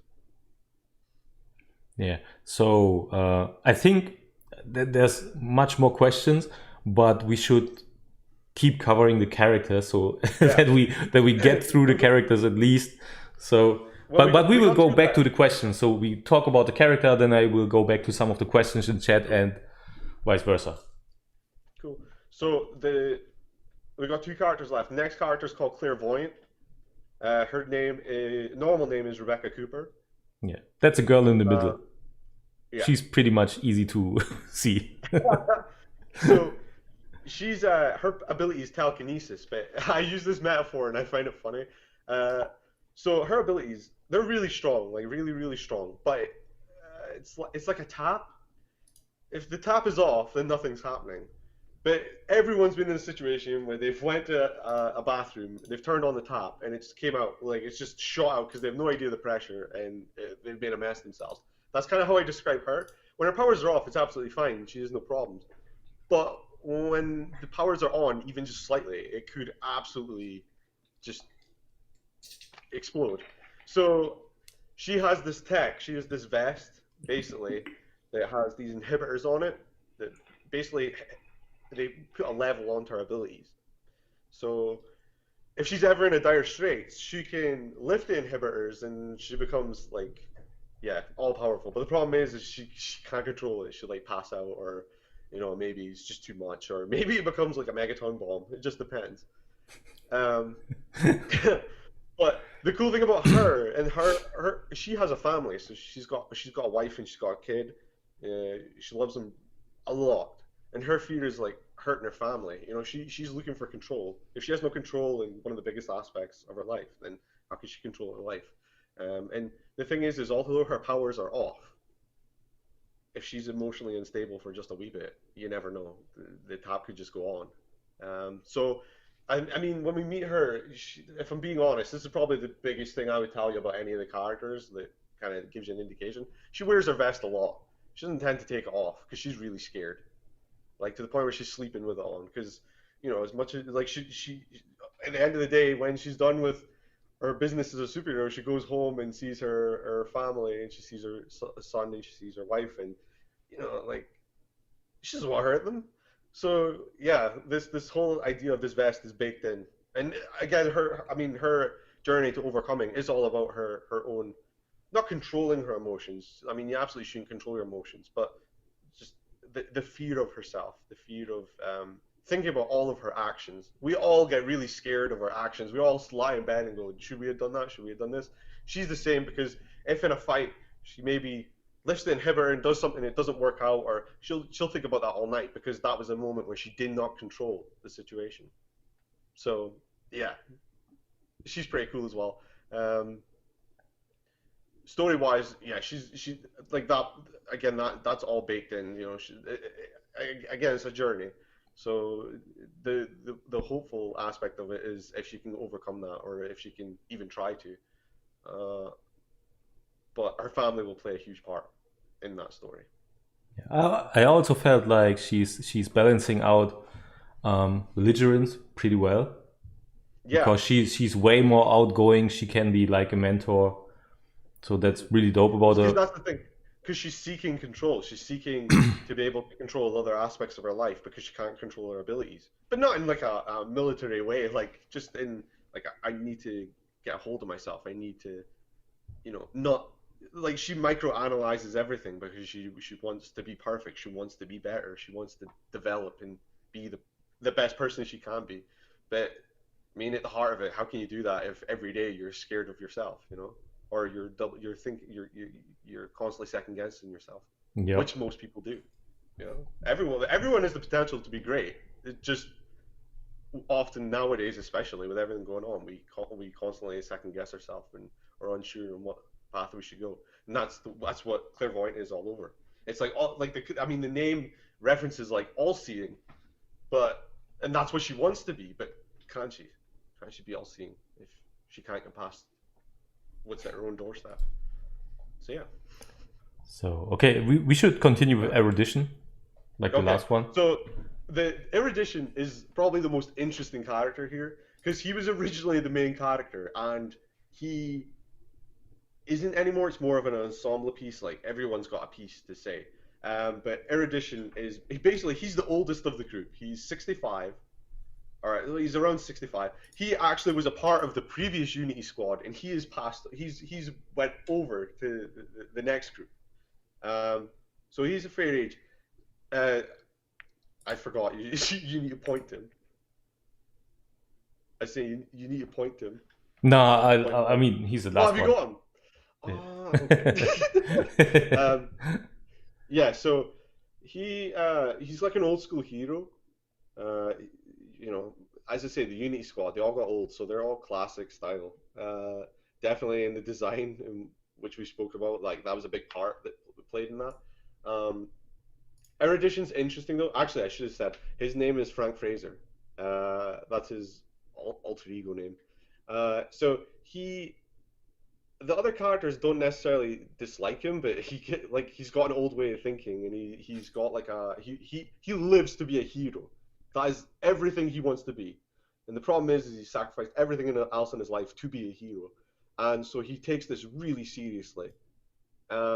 And the other characters who are all younger don't necessarily agree, or are on the same wavelength. Um, because of him being a former member of the previous iteration, he's, I think, the only character that truly like is not close, but friendly with him is Amity, because Amity was obviously part of the previous group as well. So Amity and Erudition will sometimes clash because it's like leadership. He's not the leader, but he's like looking at it like, I don't quite agree with what's going on here. And Amity's like, well, no, this is the way it should be. And also, Erudition, his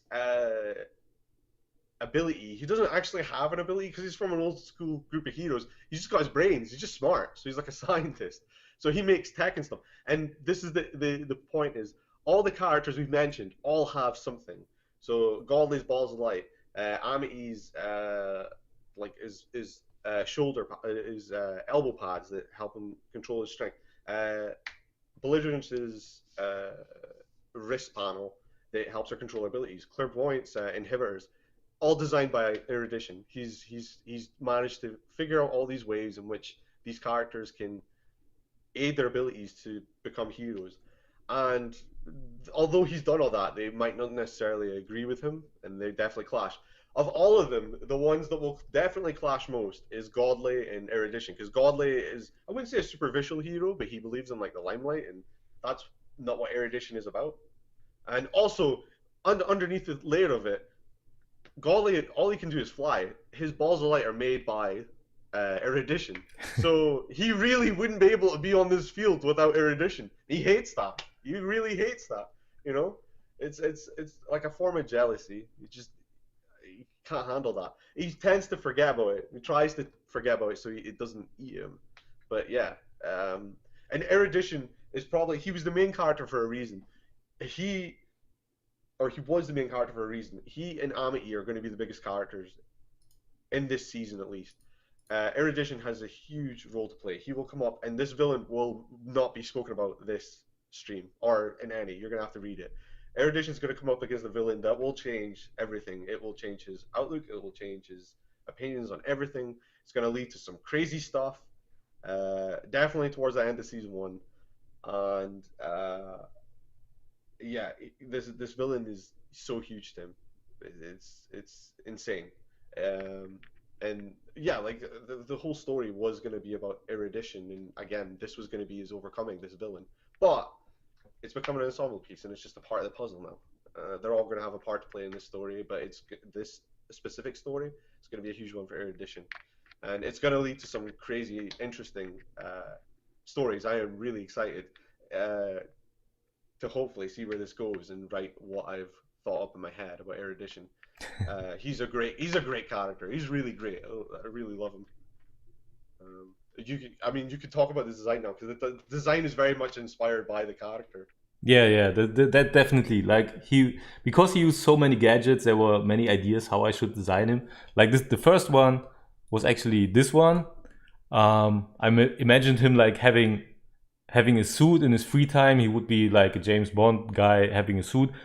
I wanted to give him like the next idea would be, I would have drawn over his suit an actual superhero costume, and it would have been inspired by the suit, but I threw the idea out of the window because I wanted him to also wear this bag, like a tech bag that can be wear as a backpack with a jetpack, which would turn into a jetpack and whatever. But it didn't seem practical. Like this is what I mean about design.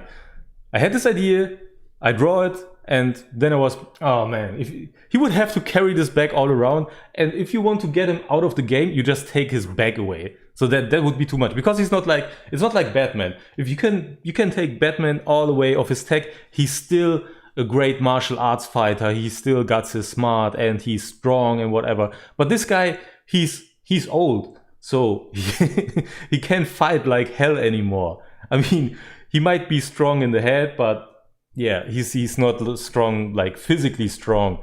So he needs to have everything on him. So this is why I changed like these three designs you see now. That were the color ideas, how I do the colors, what type of helmet he would wear. Like again, this almost like the same with Amity.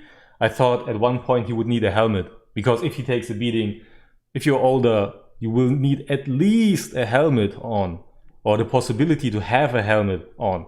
So that was important. Then I gave him those 90s comics pouches. Like that's like really what's fun about it. I mean, he's an older guy, he's from an older group, so I was thinking about, how can I portray it? And I was like, like the 90s, they're almost like the old books now. So I take all these pouches from the 90s, because he needs pouches.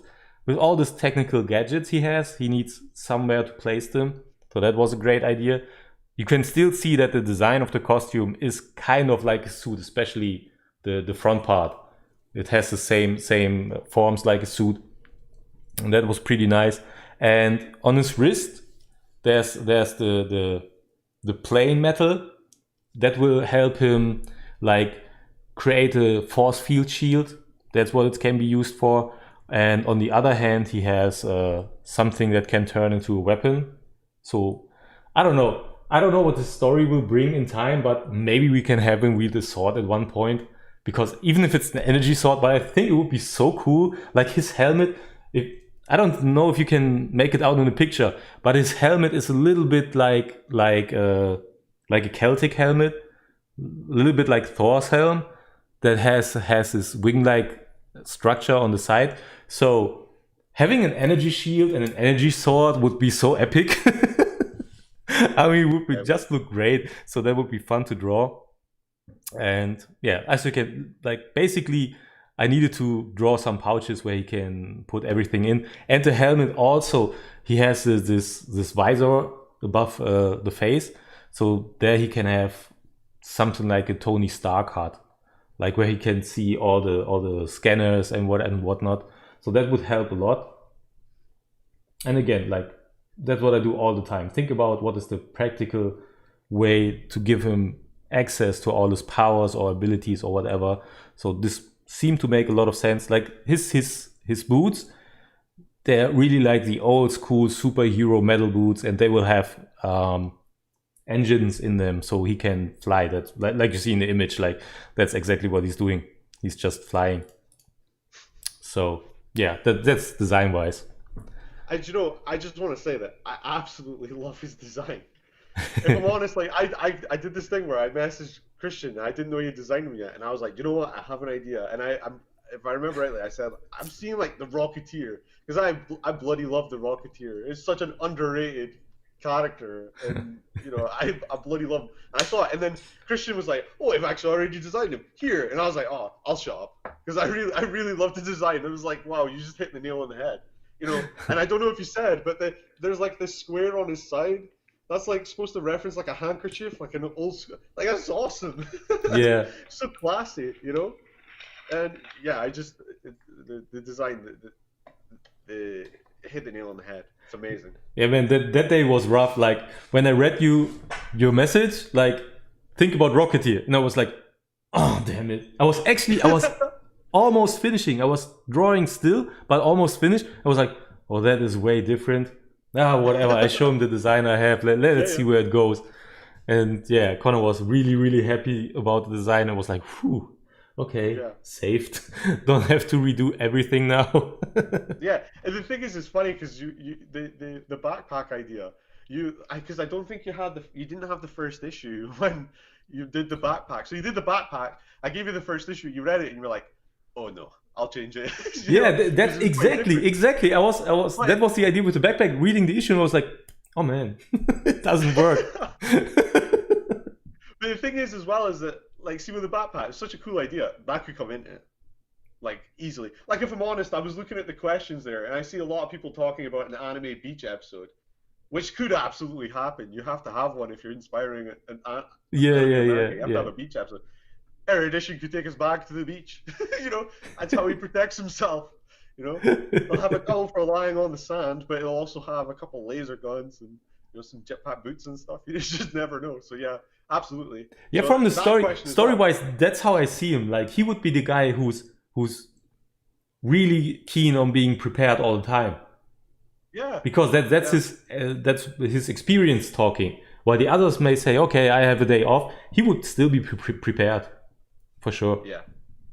So I think in the course of the story, we will see a lot of gadgets. Yeah. Safe, like whatever. It will be fun to find out how I can make these gadgets work. Yeah. That's super cool. And the thing is what I will say is that the gadgets will have a huge part in the character, not in the way that anyone thinks. Oh, I'll use all these, not in the way you think. Trust me. That's all I'll say, but trust me. So let's go to some of the questions. Man, there's a lot. So my previous questions created attention to me. What board games are your favorites and which ones are you currently playing? Looking for recommendations. So I actually played with Flame Master before. Okay. So we play a lot of the DC deck building game, and I try to bring him to play HeroClix with me, but he doesn't seem to be interested, so that's bad. Yeah. But I gotta say, I'm not the biggest fan of the company that produced HeroClix, but HeroClix in itself is a great game. Like the most awesome game I know. It's like playing chess on steroids. It's really awesome, and it's with superheroes. Like you have Marvel, DC, you can switch up the characters. It's a great game, but almost not available here in Germany. It's so hard to get the figures here. Really bad. Oh my god, that's a loaded question. As you've seen, I have a lot. Yeah, he's board game crazy. I think that a game that my group never ever stop playing, or if we do, we always go back to it, is Scythe. I don't know if you've ever heard of that, but it's a world building game. It's like I can't. Is it Europa? It's a term like that. It's basically just like everyone gets a certain clan and you build it up and you can ward or you can. It's amazing. It's mechs and farms. It's awesome. Other than that, I highly recommend watching Awaken Realms on Kickstarter. I back pretty much all their games and they're awesome. I play this game called Tainted Grail. It is a crazy, in-depth King Arthur story. It's insane. I just can't express how insane it is. Unfortunately, it's done. The Kickstarter's done. What I will say though is, in watching Awaken Realms, they've got a late pledge going right now for one called Etherfields. That looks nuts. And they're away to do one, I think this month or next month, called ISS Vanguard. It is a spaceship like explorer, like you go across the galaxy. It's insane. It has a card binder that is like your status of your ship. The miniatures are insane. The planets and how you can explore it. Like you can land on a planet and it'll have all these options, but you can choose to blow it up and try and mine it. It'll introduce so many other options. Could be aliens, could be anything. Insane. That one's not started yet, so 100% look out for ISS Vanguard and even Etherfields if you feel like late backing it. But anything by Awaken Realms is it's amazing. Highly recommend. So you get a lot of backup from everyone in chat. Like they love Skies. They say Skies' artwork is awesome. They love Nemesis. Yeah. So definitely, I've seen some people say Nemesis. Yeah, absolutely. Nemesis is another Awaken Realms one. It's like Alien, like in space. It's amazing. You can betray each other. You can eject each other from the ship. You can set each other on fire. You can lock someone in a room with a giant alien. You can, I've had some insane games of that, And then the other one I've seen is Power Rangers. Really surprising, but Power Rangers is actually sick. It's really well done. The team dynamic. If you want a good team building game, even if you don't like the show. I love the show. But even if you don't like the show, the game itself, the team dynamic of it and how it's played is amazing. I actually think that's on Tabletop Gamer as well, but it's really, really good. There's nobody needs to be a villain, but the villains are really challenging, but the cards and who you pick is really interesting, always interesting, and you can you can play all night. It's really awesome. Highly recommend it. Okay, so loving the spiky silver fox. So I guess he's talking about my hair. Thank you. Though it's looking more silver than it is. It's more black actually, but yeah, that's the age getting to me. Um, beach issue, yes. Do you guys think that being a European creation team is an advantage considering having an outside perspective across from US comics? Well, I guess it works both ways. I see a few disadvantages, but I also see advantages. Like the advantage was like Connor said, he used the name of his city, and in our book it will be a bigger city, of course. So it's not like a small one. It will be big, megalopolis type of city, I guess, like really techy. So it's actual world building because we need to. None of us is living in New York, so we can have New York as our showdown place. Like that would be a totally common thing. But it brings you in a position that you have to use it, have to use your imagination more. That's definitely a plus. And I love the idea that we have cities that are in real life, but we designing them completely new. And it totally helps for world building. I do think that always if you have a different type of influence helps a lot. Like, it's hard to say. I'm not really reading German comic books. Like, not at all. The only book I remember I read recently was Radius from Katrin Gall. So that's a great book and I can recommend it. And I think it's being translated to English right now. And if it is, you guys should check it out. It's an awesome book. I have it here. I got a sketch from her. Yeah, I'm so special because I met her and she's also an awesome person. So that's really, really good. But aside from that, I'm not reading much of German comic books. But there's still the German influence there. Like I can't help to have it. So this is always a plus, I guess. This is why people enjoy the Brazilian and the Spanish guys and all of that. Like everyone from outside coming into the business in DC and Marvel, like people really enjoy the different style. So I think this is always a big plus. And yeah, on the downsides, yeah, I really don't want to get into it because it's just some kind of me. Like it's so hard. I can't go to conventions. Like right now, I think the timing is pretty perfect because the place is leveled now. Nobody can go to conventions, and now I got Kana to produce a book with. So yeah, let's see. Let's just like this is where I get competitive and say, yeah, bring it on. So let's see who has the best product. So we can go ahead with that. That's like you can say COVID is so bad. Yes, it's so bad. But now, like I'm here on the CCXP page presenting this book. We wouldn't be able to do that if it wasn't for COVID. So there's always, you can make good out of everything, I guess, if it's not too tragic. Yeah.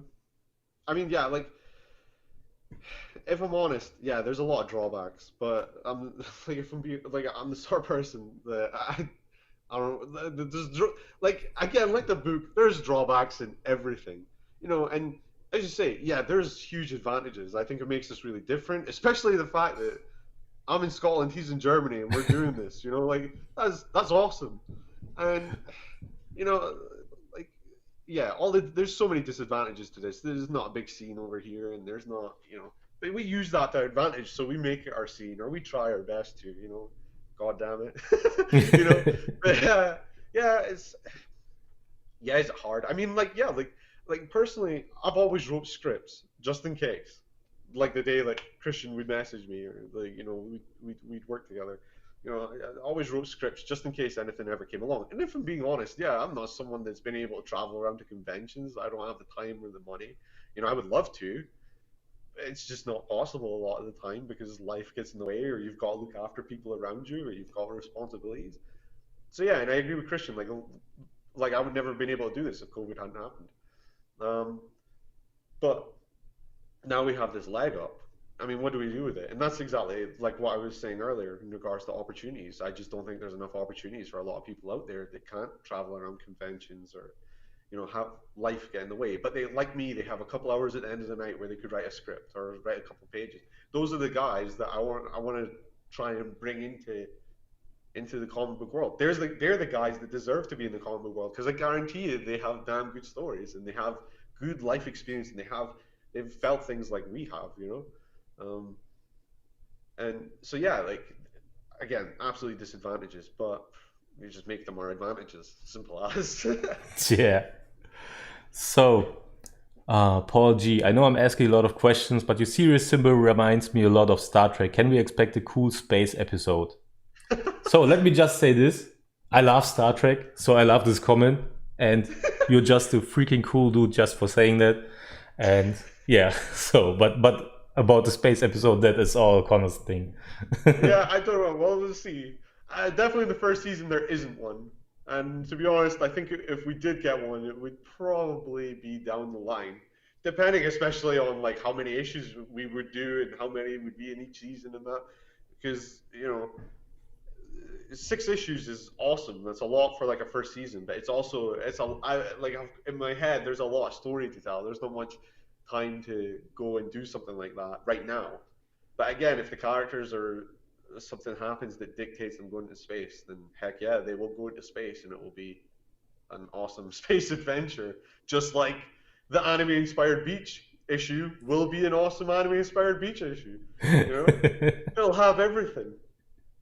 I mean, that's what I really like about the way Connor writes. Like, there's so much good world building. There's literally nothing I would say it's not going to happen because there's always a way in this world to build it. Like, we're not tied to the real world. That's like a big advantage, which came out of us not being in America. So yeah, absolutely. There's often this debate. I'm going to bring Marvel and DC into it. There's often this debate that Marvel characters are more relatable because they live in real cities. I would definitely argue against that case now. Again, not in the movies so much, like, because they're still fresh, but comic books, yeah, like, I just don't, like, I really do think DC's characters are so relatable for being such gods or, being in these ridiculous cities. Like, Gotham is a ridiculous city, but when people watch, like, Batman Begins, Dark Knight, and all that, or they read, like, Dark Knight Returns or Long Halloween, it feels real, like, really real. Whereas if I read, like, there was a recent Marvel event called Empire that kind of takes place in different places, different cities, real cities, I don't feel a thing. Like, I don't feel like that makes these guys, they're just fighting plants. It's just not, like, it's just not real. So, yeah, like, I think it's about grounding at the end of the day. And yeah, like the world building, yeah, you got to make a world that feels real, but also just malleable, so you can kind of go along with it, and that's my answer that's to that. So, okay, there's a lot of board game discussion going on. So I guess, I mean, it's so fun because I scheduled this talk for an hour and we're already at 2 hours and 30 minutes because we had such great interaction with everyone in chat, which is so dope. This is like really like I didn't know if this was even happening tonight because of all the technical difficulties, and it's just great that it works and that you guys are excited with us is also so dope. It's so great to see. So, but I think I guess we could get into the villains a little bit if you want to talk about the villains a bit. There was actually, so I was gonna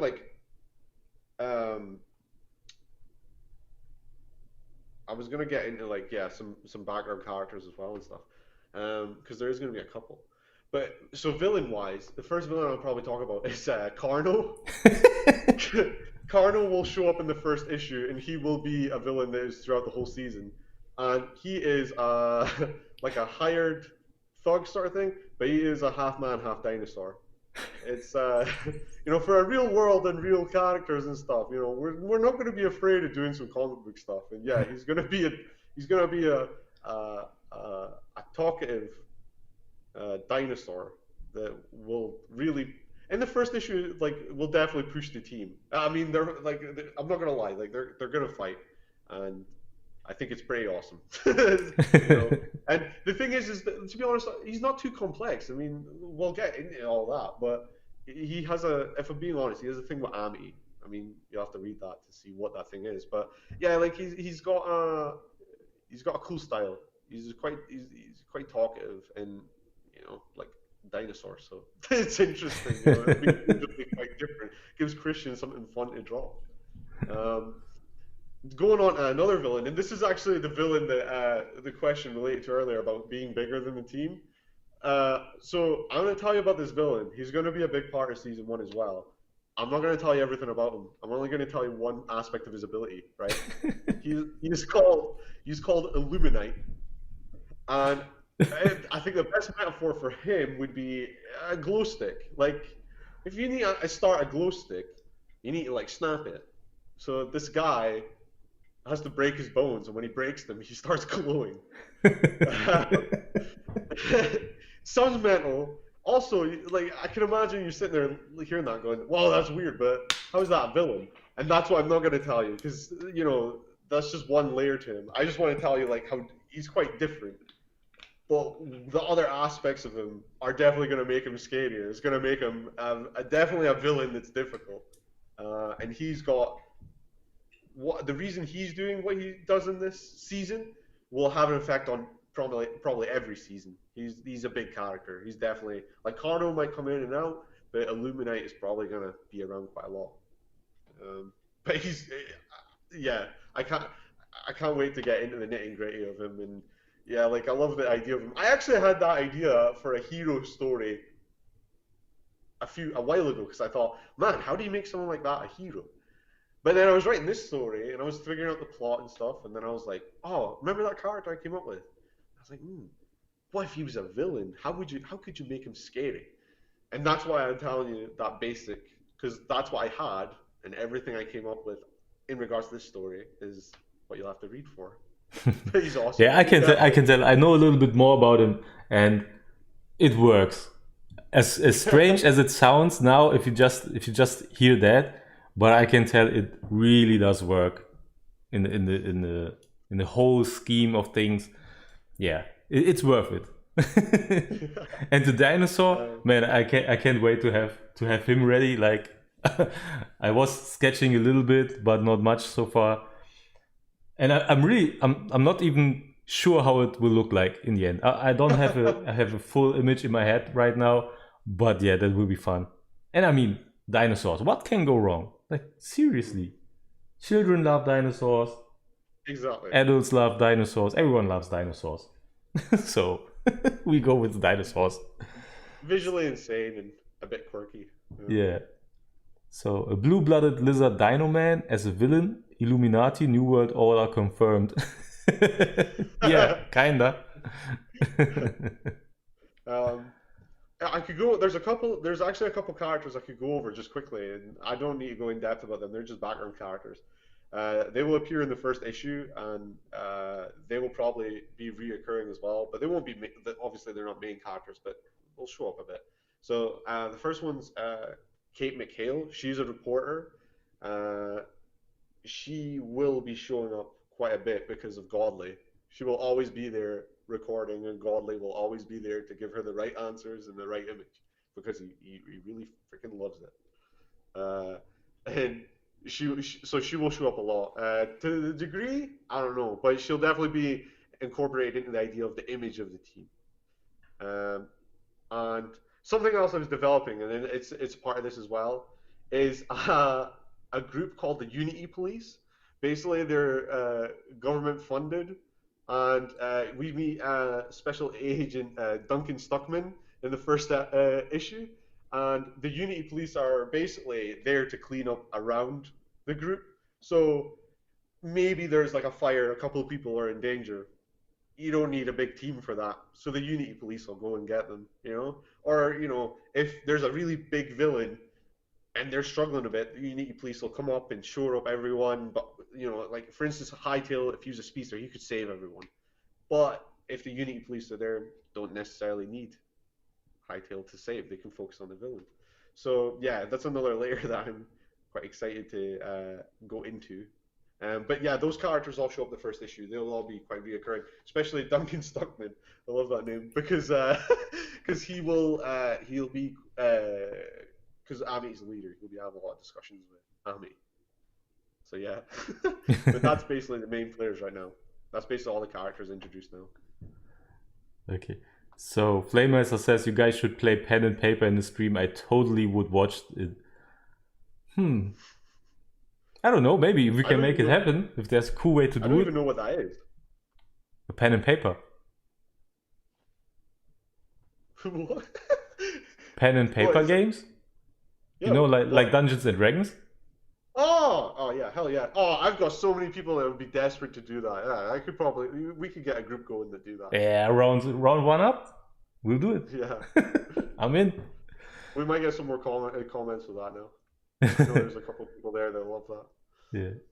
So Paul G, what do you guys keep around you to help inspire your art and your writing? Yeah, well, for me it's I'm pretty lucky in that regard. Like I got this whole place here. I can like this whole room. It's not like I have to set up all my stuff in one corner of my apartment. Like I have this whole room just for me, and you can like you can see in the back. Like I don't know. Let me get out of the way quick. So there's a lot of like statues and action figures. Actually, there's even more stuff around here that I can show you right now because it's a total mess. Like I only made clean everything you see behind me. So, but yeah, that stuff is inspiring to me. And the thing with me is like I already have a family and I have a job, so I'm really short on time. That's a big disadvantage, if I have to say disadvantages. So I get really inspired by watching movies, drawing comics, or like what's it called? The biographies. I love watching or reading biographies. I get really inspired by that, like story-wise or scene-wise, how to set up stuff. I'm really interested in photography. Like I said, I was a photographer in cinematic photography and all this stuff. Like if I see a nice angle, like for example, I was watching, I guess the name was Mrs. Ratched on Netflix, a new show. Or is it just Ratched? I guess it's not. Oh, I think it's Nurse Ratched. No, it's just Ratched. Yeah. No, Ratched. Like I was watching this, and the first episode, like if there's only like the first 5 minutes in that episode of the first episode, watch it and look at the cinematography, like how it's being filmed, and it's super awesome. Like I was sitting there, I was watching with my wife, and she was watching the story, like, and I would pause the movie. I was like, "Yo, did you see what just happened? What they did there?" And she was like, And I went to the TV and I was like, look at this, look how they outlined the character, look how the camera moves like perfectly, it slides over and whatever. And this is what gets me really excited. Like when I try to draw like panels in a comic book, I really try to incorporate like where would the camera be, like in real life, not make it impossible. This is something I see in 3D animation a lot. They do impossible scenes. Like good example, the first X-Men movie, when Wolverine is on the top of the Statue of Liberty and his claws get into the Statue of Liberty and they make this weird camera move where he's swinging around it and cutting it. Like it feels so unnatural because in reality it's almost impossible to make that happen. So it looks weird and nobody likes it. And they actually did it again in Black Panther. There's almost the same sequence. I don't know if they did it as a homage to that scene, but it's just awful. Yeah, whatever. So I'm trying to not do that. Like if I'm drawing, I try to think about where's the camera, what is a camera movement which would be natural, like not showing too much angles in every panel, but go with camera so you have kind of a flow in it. That's stuff that get me inspired. But like I said, I don't have much time, so most of the time I don't have the time to watch everything I want to watch. Like Mandalorian is out now. I can't see it. I haven't watched one episode. And I play Fortnite. I mean, everyone will hate me now. I play Fortnite. But there's a Mandalorian in it now. Like the Mandalorian is in Fortnite as a playable character. So it would be super great to watch the show, but I can't. So this is like stuff which I would love to have more time to get even more inspired. But on the other hand, like there's always a good side to it. I don't get too influenced by it as well. So when I do something, I don't have too much influence in me, so I still can do my own thing. But yeah, inspired, all of the stuff. For me, it's kind of like a difficult question for me. I really do take inspiration from everything. I really like I just love everything. You know, be it a board game, be it again just a person. Like I try and keep good people around me. Everyone that's around me is really interesting. I love talking to all of my close friends. You know, they really keep me going. The discussions are so interesting, and they all like different things. You know, and then in regards to me myself, I work in a shop that sells movies, you know, CDs, some music, movies, even some board games now. You know, and like that's all inspiration. Like for my homework for my work is to come home and watch some movies. It's eight. Um, and in that regard, like I'm the same as you. I'll look at a scene and go, "Holy crap, how they did that!" You know, like it's such a generic answer, but my favorite film is Inception because I saw that when I was really young, and that changed what I thought cinema could be. Up to that point, I just watched superhero films and loved them. But you know, I always say that like, see, I read comic books as a kid, but when I watched Spider-Man 2, there's a scene where Peter tries to save a girl in a home on fire, and he saves her, but then he finds out about a guy on the top floor, and then he stands at his window and is like, oh, like, am I supposed to have what I want or what I need? That as a kid taught me character. That taught me like, wow, like that really hit me even as a kid because it's like all this action's going on, but that's my favorite scene in the film. Even to this day, it's still one of my favorite scenes ever. So underrated, nobody talks about it. Yeah. But Inception's spectacle and its ideas and how it sifted everything together, you know, it just all fell into place. You know, it looked like it was, you know, it's insane, and that showed me what storytelling could be. I mean, that's a movie that definitely takes plot over character, and yet it doesn't matter. And even then, it's still got two, like a main character who's great, and you know, like all these other ones technically are, I would say, like side background characters, and they all feel a bit filled out as well.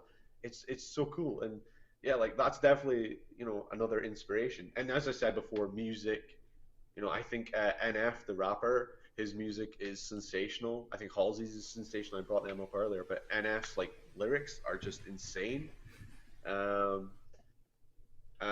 yeah, and movie scores underrated again. Nobody really talks about it, you know? Yeah, Like movie I work scores so like great. if my boss is still watching, he'd probably hate me, but I work in a movie store. We're not allowed to play movie music. I think that's tragic, you know, because it's quiet. It doesn't fill out the shop. But I think some of the best music comes from movies. You know, like Inception is amazing, absolutely in every way. But you don't got Hans Zimmer's booming music behind it that redefined like trailers, helped redefine trailers with booming bass. Then it's not the same movie. You know, it's movie music dictates how you feel. So again, when I was like writing this first issue and there's a huge action scene, listen to Man of Steel's score because Man of Steel's really epic, but I also think it's really personal. You know, and it's quite an intimate score at points. You know, and it goes in, and I think like again, like if you go, like if I was to go on to Batman versus Superman, the score for that, if you turned off the movie and you did not watch it, but you listened to the music, you could tell exactly what was happening because the music's that good. You know, like Batman's lost his way, his music overpowers everyone else's. Superman's like not the beacon of hope he's meant to be. His music constantly is overshadowed by everyone else. Lex Luthor's is quirky, but the way it plays, although it's quirky, there's a sinister undertone. And Wonder Woman comes in with that bass and just blows everything because she's awesome. It's just the whole movie's in the music. So yeah, that's another inspiration. Yeah. Yeah, that's awesome. I mean, if you're a creative guy, I think like I hear the question a lot about being inspired, but it's so hard to not be inspired. I guess that's the Yeah, thing. absolutely. Like as soon if you're creative, I mean, if you creativity is like a double-bladed sword. Some people think creativity, everyone can be creative, and to a point I would agree, but being a creative person is just exactly that. You're being a creative person, not because you choose to, but because you are. And this brings a lot of downsides sides with it. I mean, I don't know. Like, to be honest, the last few days they were so exhausting to me. I guess I will at least die 1 year earlier. And I'm not over exaggerating. Like, it's really, really hard. But you don't even have the option to stop because you're a creative person and you need to do that because otherwise you would feel miserable. And if you have that trait, you will always be inspired by everything. Like, I love comics, I love movies, but I have. If you tell me the next few days, I mean, no, it's COVID, but when it wasn't about COVID and there was an exhibition about Rembrandt and his old paintings, then I would go there definitely. I want to see it. I love it. I mean, Rembrandt is a pretty good example because I love his stuff and look at all of it. But every type of art is interesting. There's nothing that would bore me. Like, I mean, there's boring art, of course, and some stuff like gets to you more than others. Like music, I'm the total hip hop and rap guy. Like, that's my thing, like 100%. But I can't close myself against other music. If I listen to other music and I like it, then I like it, and I get interested in it. As soon as I get a spark of interest in anything, I bite my teeth into it. I can't stop. Like, it's really weird sometimes. So yeah, you get inspired by almost everything you. And that's why I guess that's also why you see always good things in all of the stuff, because even if you see some strange, like fire is a pretty great example. Fire is usually a bad thing. Like, if you, I mean, I know what I'm talking about. Last year, like, it's almost exactly a year now, on Christmas Eve, my apartment got on fire, so that wasn't pleasant. But if you think about fire, it's so interesting to look at. And I mean, we've seen it a million times, but if you see a fire, you just stare into it. You see all those forms, all those, what's going on in there. It's just interesting. So it's hard not to inhale all of it. And that's like how creativity works, I guess. That's cool. The thing is, as well, is you brought up comic books, and I thought, Jesus Christ, I didn't even say comic books inspire me. But yeah, absolutely. Like, I read so much, and I have, you know, all my free time. Like right now, all of my free time is basically reading, because that helps me inform my writing, because then I know what to do and what not to do through how I feel about what I'm reading. So I brought up like the Marvel event Empire.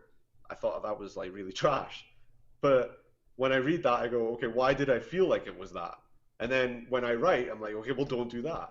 But at the same time, I say Tom King's Omega Man is my favorite thing of all time, like my favorite book of all time.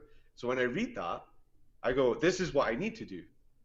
And it's the same with like other things. Like, I love Tom King, but his Batman run is it's great at points, but it's also a bit messy at points. And it's like, okay, well, was that so great, and why was that so? And I gotta think about how I feel, you know. So comic books, I try and read as many as possible. I mean, in the past, like I was saying to Christian, in the past like 2 months, I have read from Grant Morrison all the way up to James Tynion, well, the current run, and like, yeah, just to absorb Batman and see what he's really like. And I realized that in reading all these runs and stuff, nobody ever has the right answer. They've always got really good story arcs, and it's never perfect, you know. And that's because there's always a point where it falls apart, where it doesn't connect, or an idea they had, it doesn't fully form, you know. Like the current run is really great, but it starts off really choppy because it's what came before didn't fit his current Batman, so he has to kind of write all this stuff in to explain why his story goes the way it does. So already, like, as good as it is, the beginning is choppy. So when I write, I got to think, okay, how do I write so I don't get that? How do I write so I don't get that one choppy bit or that one plot point where it's lost, or, you know, how can I keep this cohesive? Yeah. So yeah, comic books definitely inspire writing comic books. Yeah. So next question, is there some way or ritual you guys keep yourself steadily motivated for your project? Somewhere or ritual you guys keep yourself steadily motivated for your project? So in my, like, for me, there's no ritual, because I mean, I get demotivated a lot. Like yesterday was really, it hit me so hard because I invested so much time in the CCXP thing, and then it didn't work, and I had to cancel the stream. It was so bad, and sometimes I feel like I'm fighting against, like, I don't know, big monsters. Like it's not supposed to happen whatever I do, but what keeps me motivated is the fact that I can't stop. Like, this is really the thing. There's not a way in hell where I could not be creative. I mean, if there's a war and I have to fight every day, maybe that's where I could stop being creative. But right now, there's no way I can stop being creative because I know how it feels like when I'm not doing creative stuff. I get miserable, and I even get into depression-like episodes. I really get into this, like, where I feel like shit for weeks, and this is purely based on if I'm being creative or not. So it's good for my health to be creative. I mean, if you would have asked me this 5 or 6 years ago, this would be a different answer because I didn't know it. But now I know. I look at my past and I see what I've done and when I felt bad, and it's really that.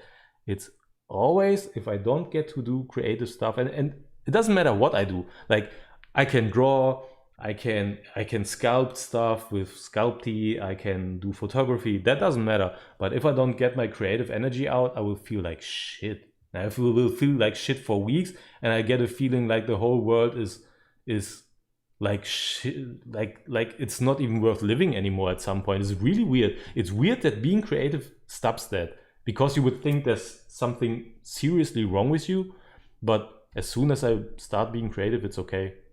I don't know. It's weird like that. Yeah. I mean, ritual wise, I wouldn't really say I have a ritual.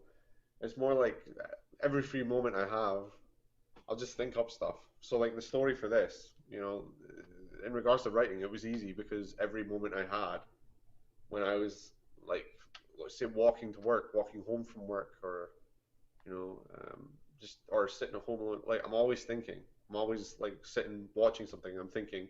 So by the time it comes to write, for instance, the first issue, it's relatively easy. I mean, if I'm being honest, it took me like 3 days because it was all there because I spent so long thinking about how to piece it together and how it all fit. So my ritual is probably to never stop. It's a pain, but it's also amazing because it means that by the Yeah. time it comes to actually write, it's just like boom, done. Because I've spent so much time thinking about how it all fits together. So my ritual is probably to just never stop. Yeah. So we're almost at 3 hours, and I see, like, CG already said he has to wake up at 6 a.m. tomorrow. So thanks for the Yeah, that's awesome cool. stream.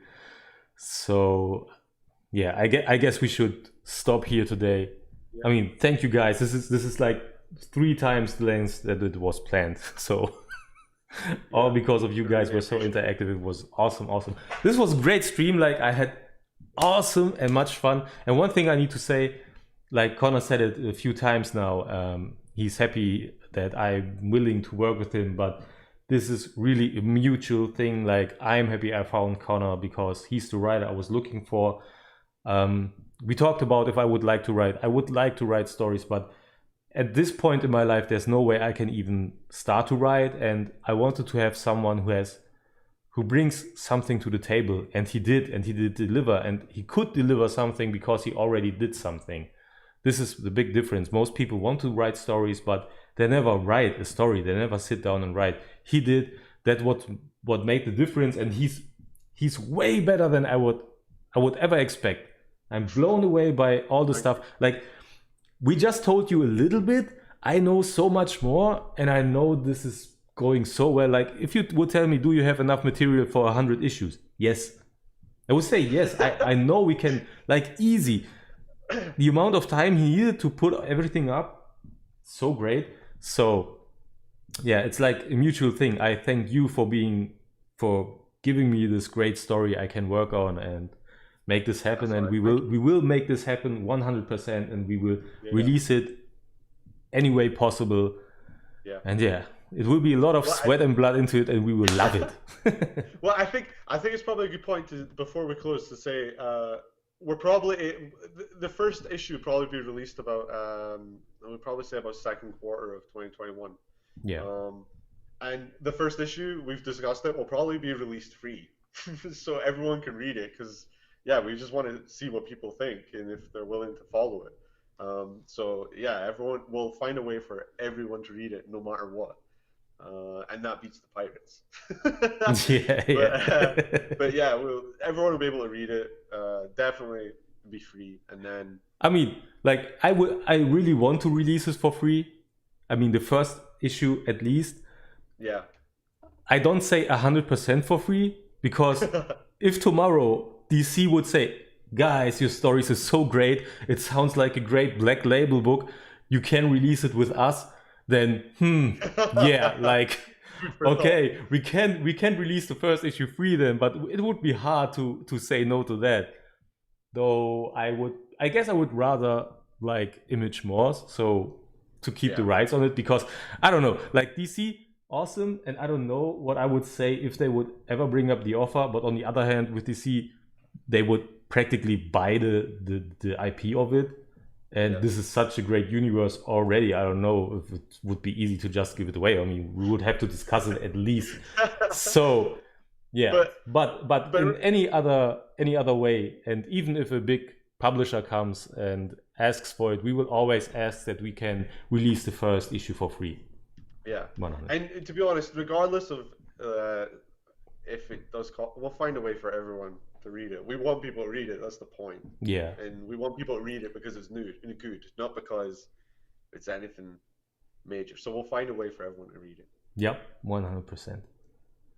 And before we close, I would just say if you enjoyed this stream and you like the idea of it and you like the logo, go buy some merch from that Redbubble. We'll tag the Redbubble. You can buy some merch and help us.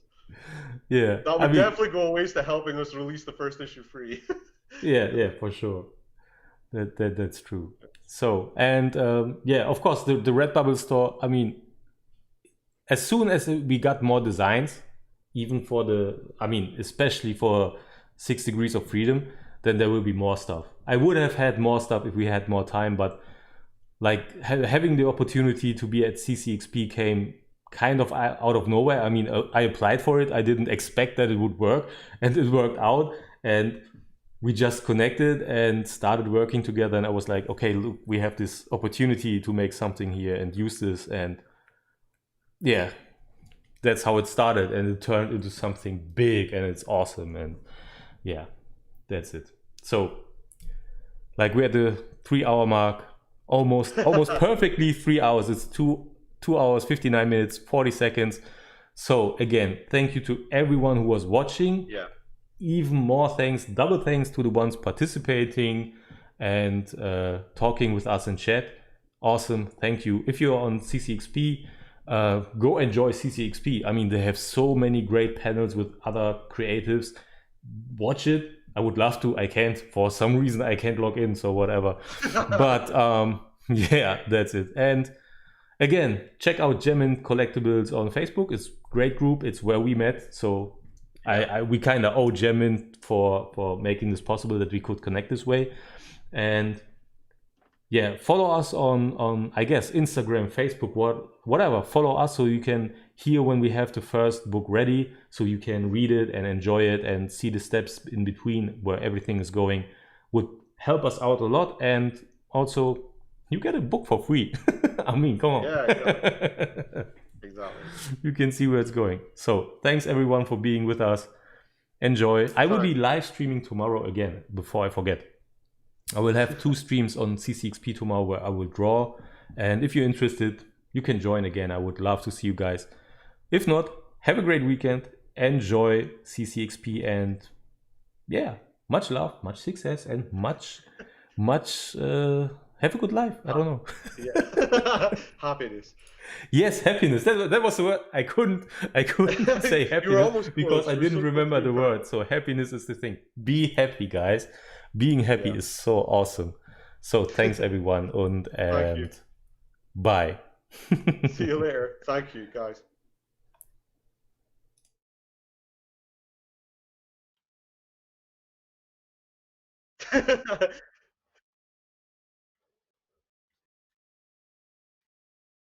Mhm. Yeah.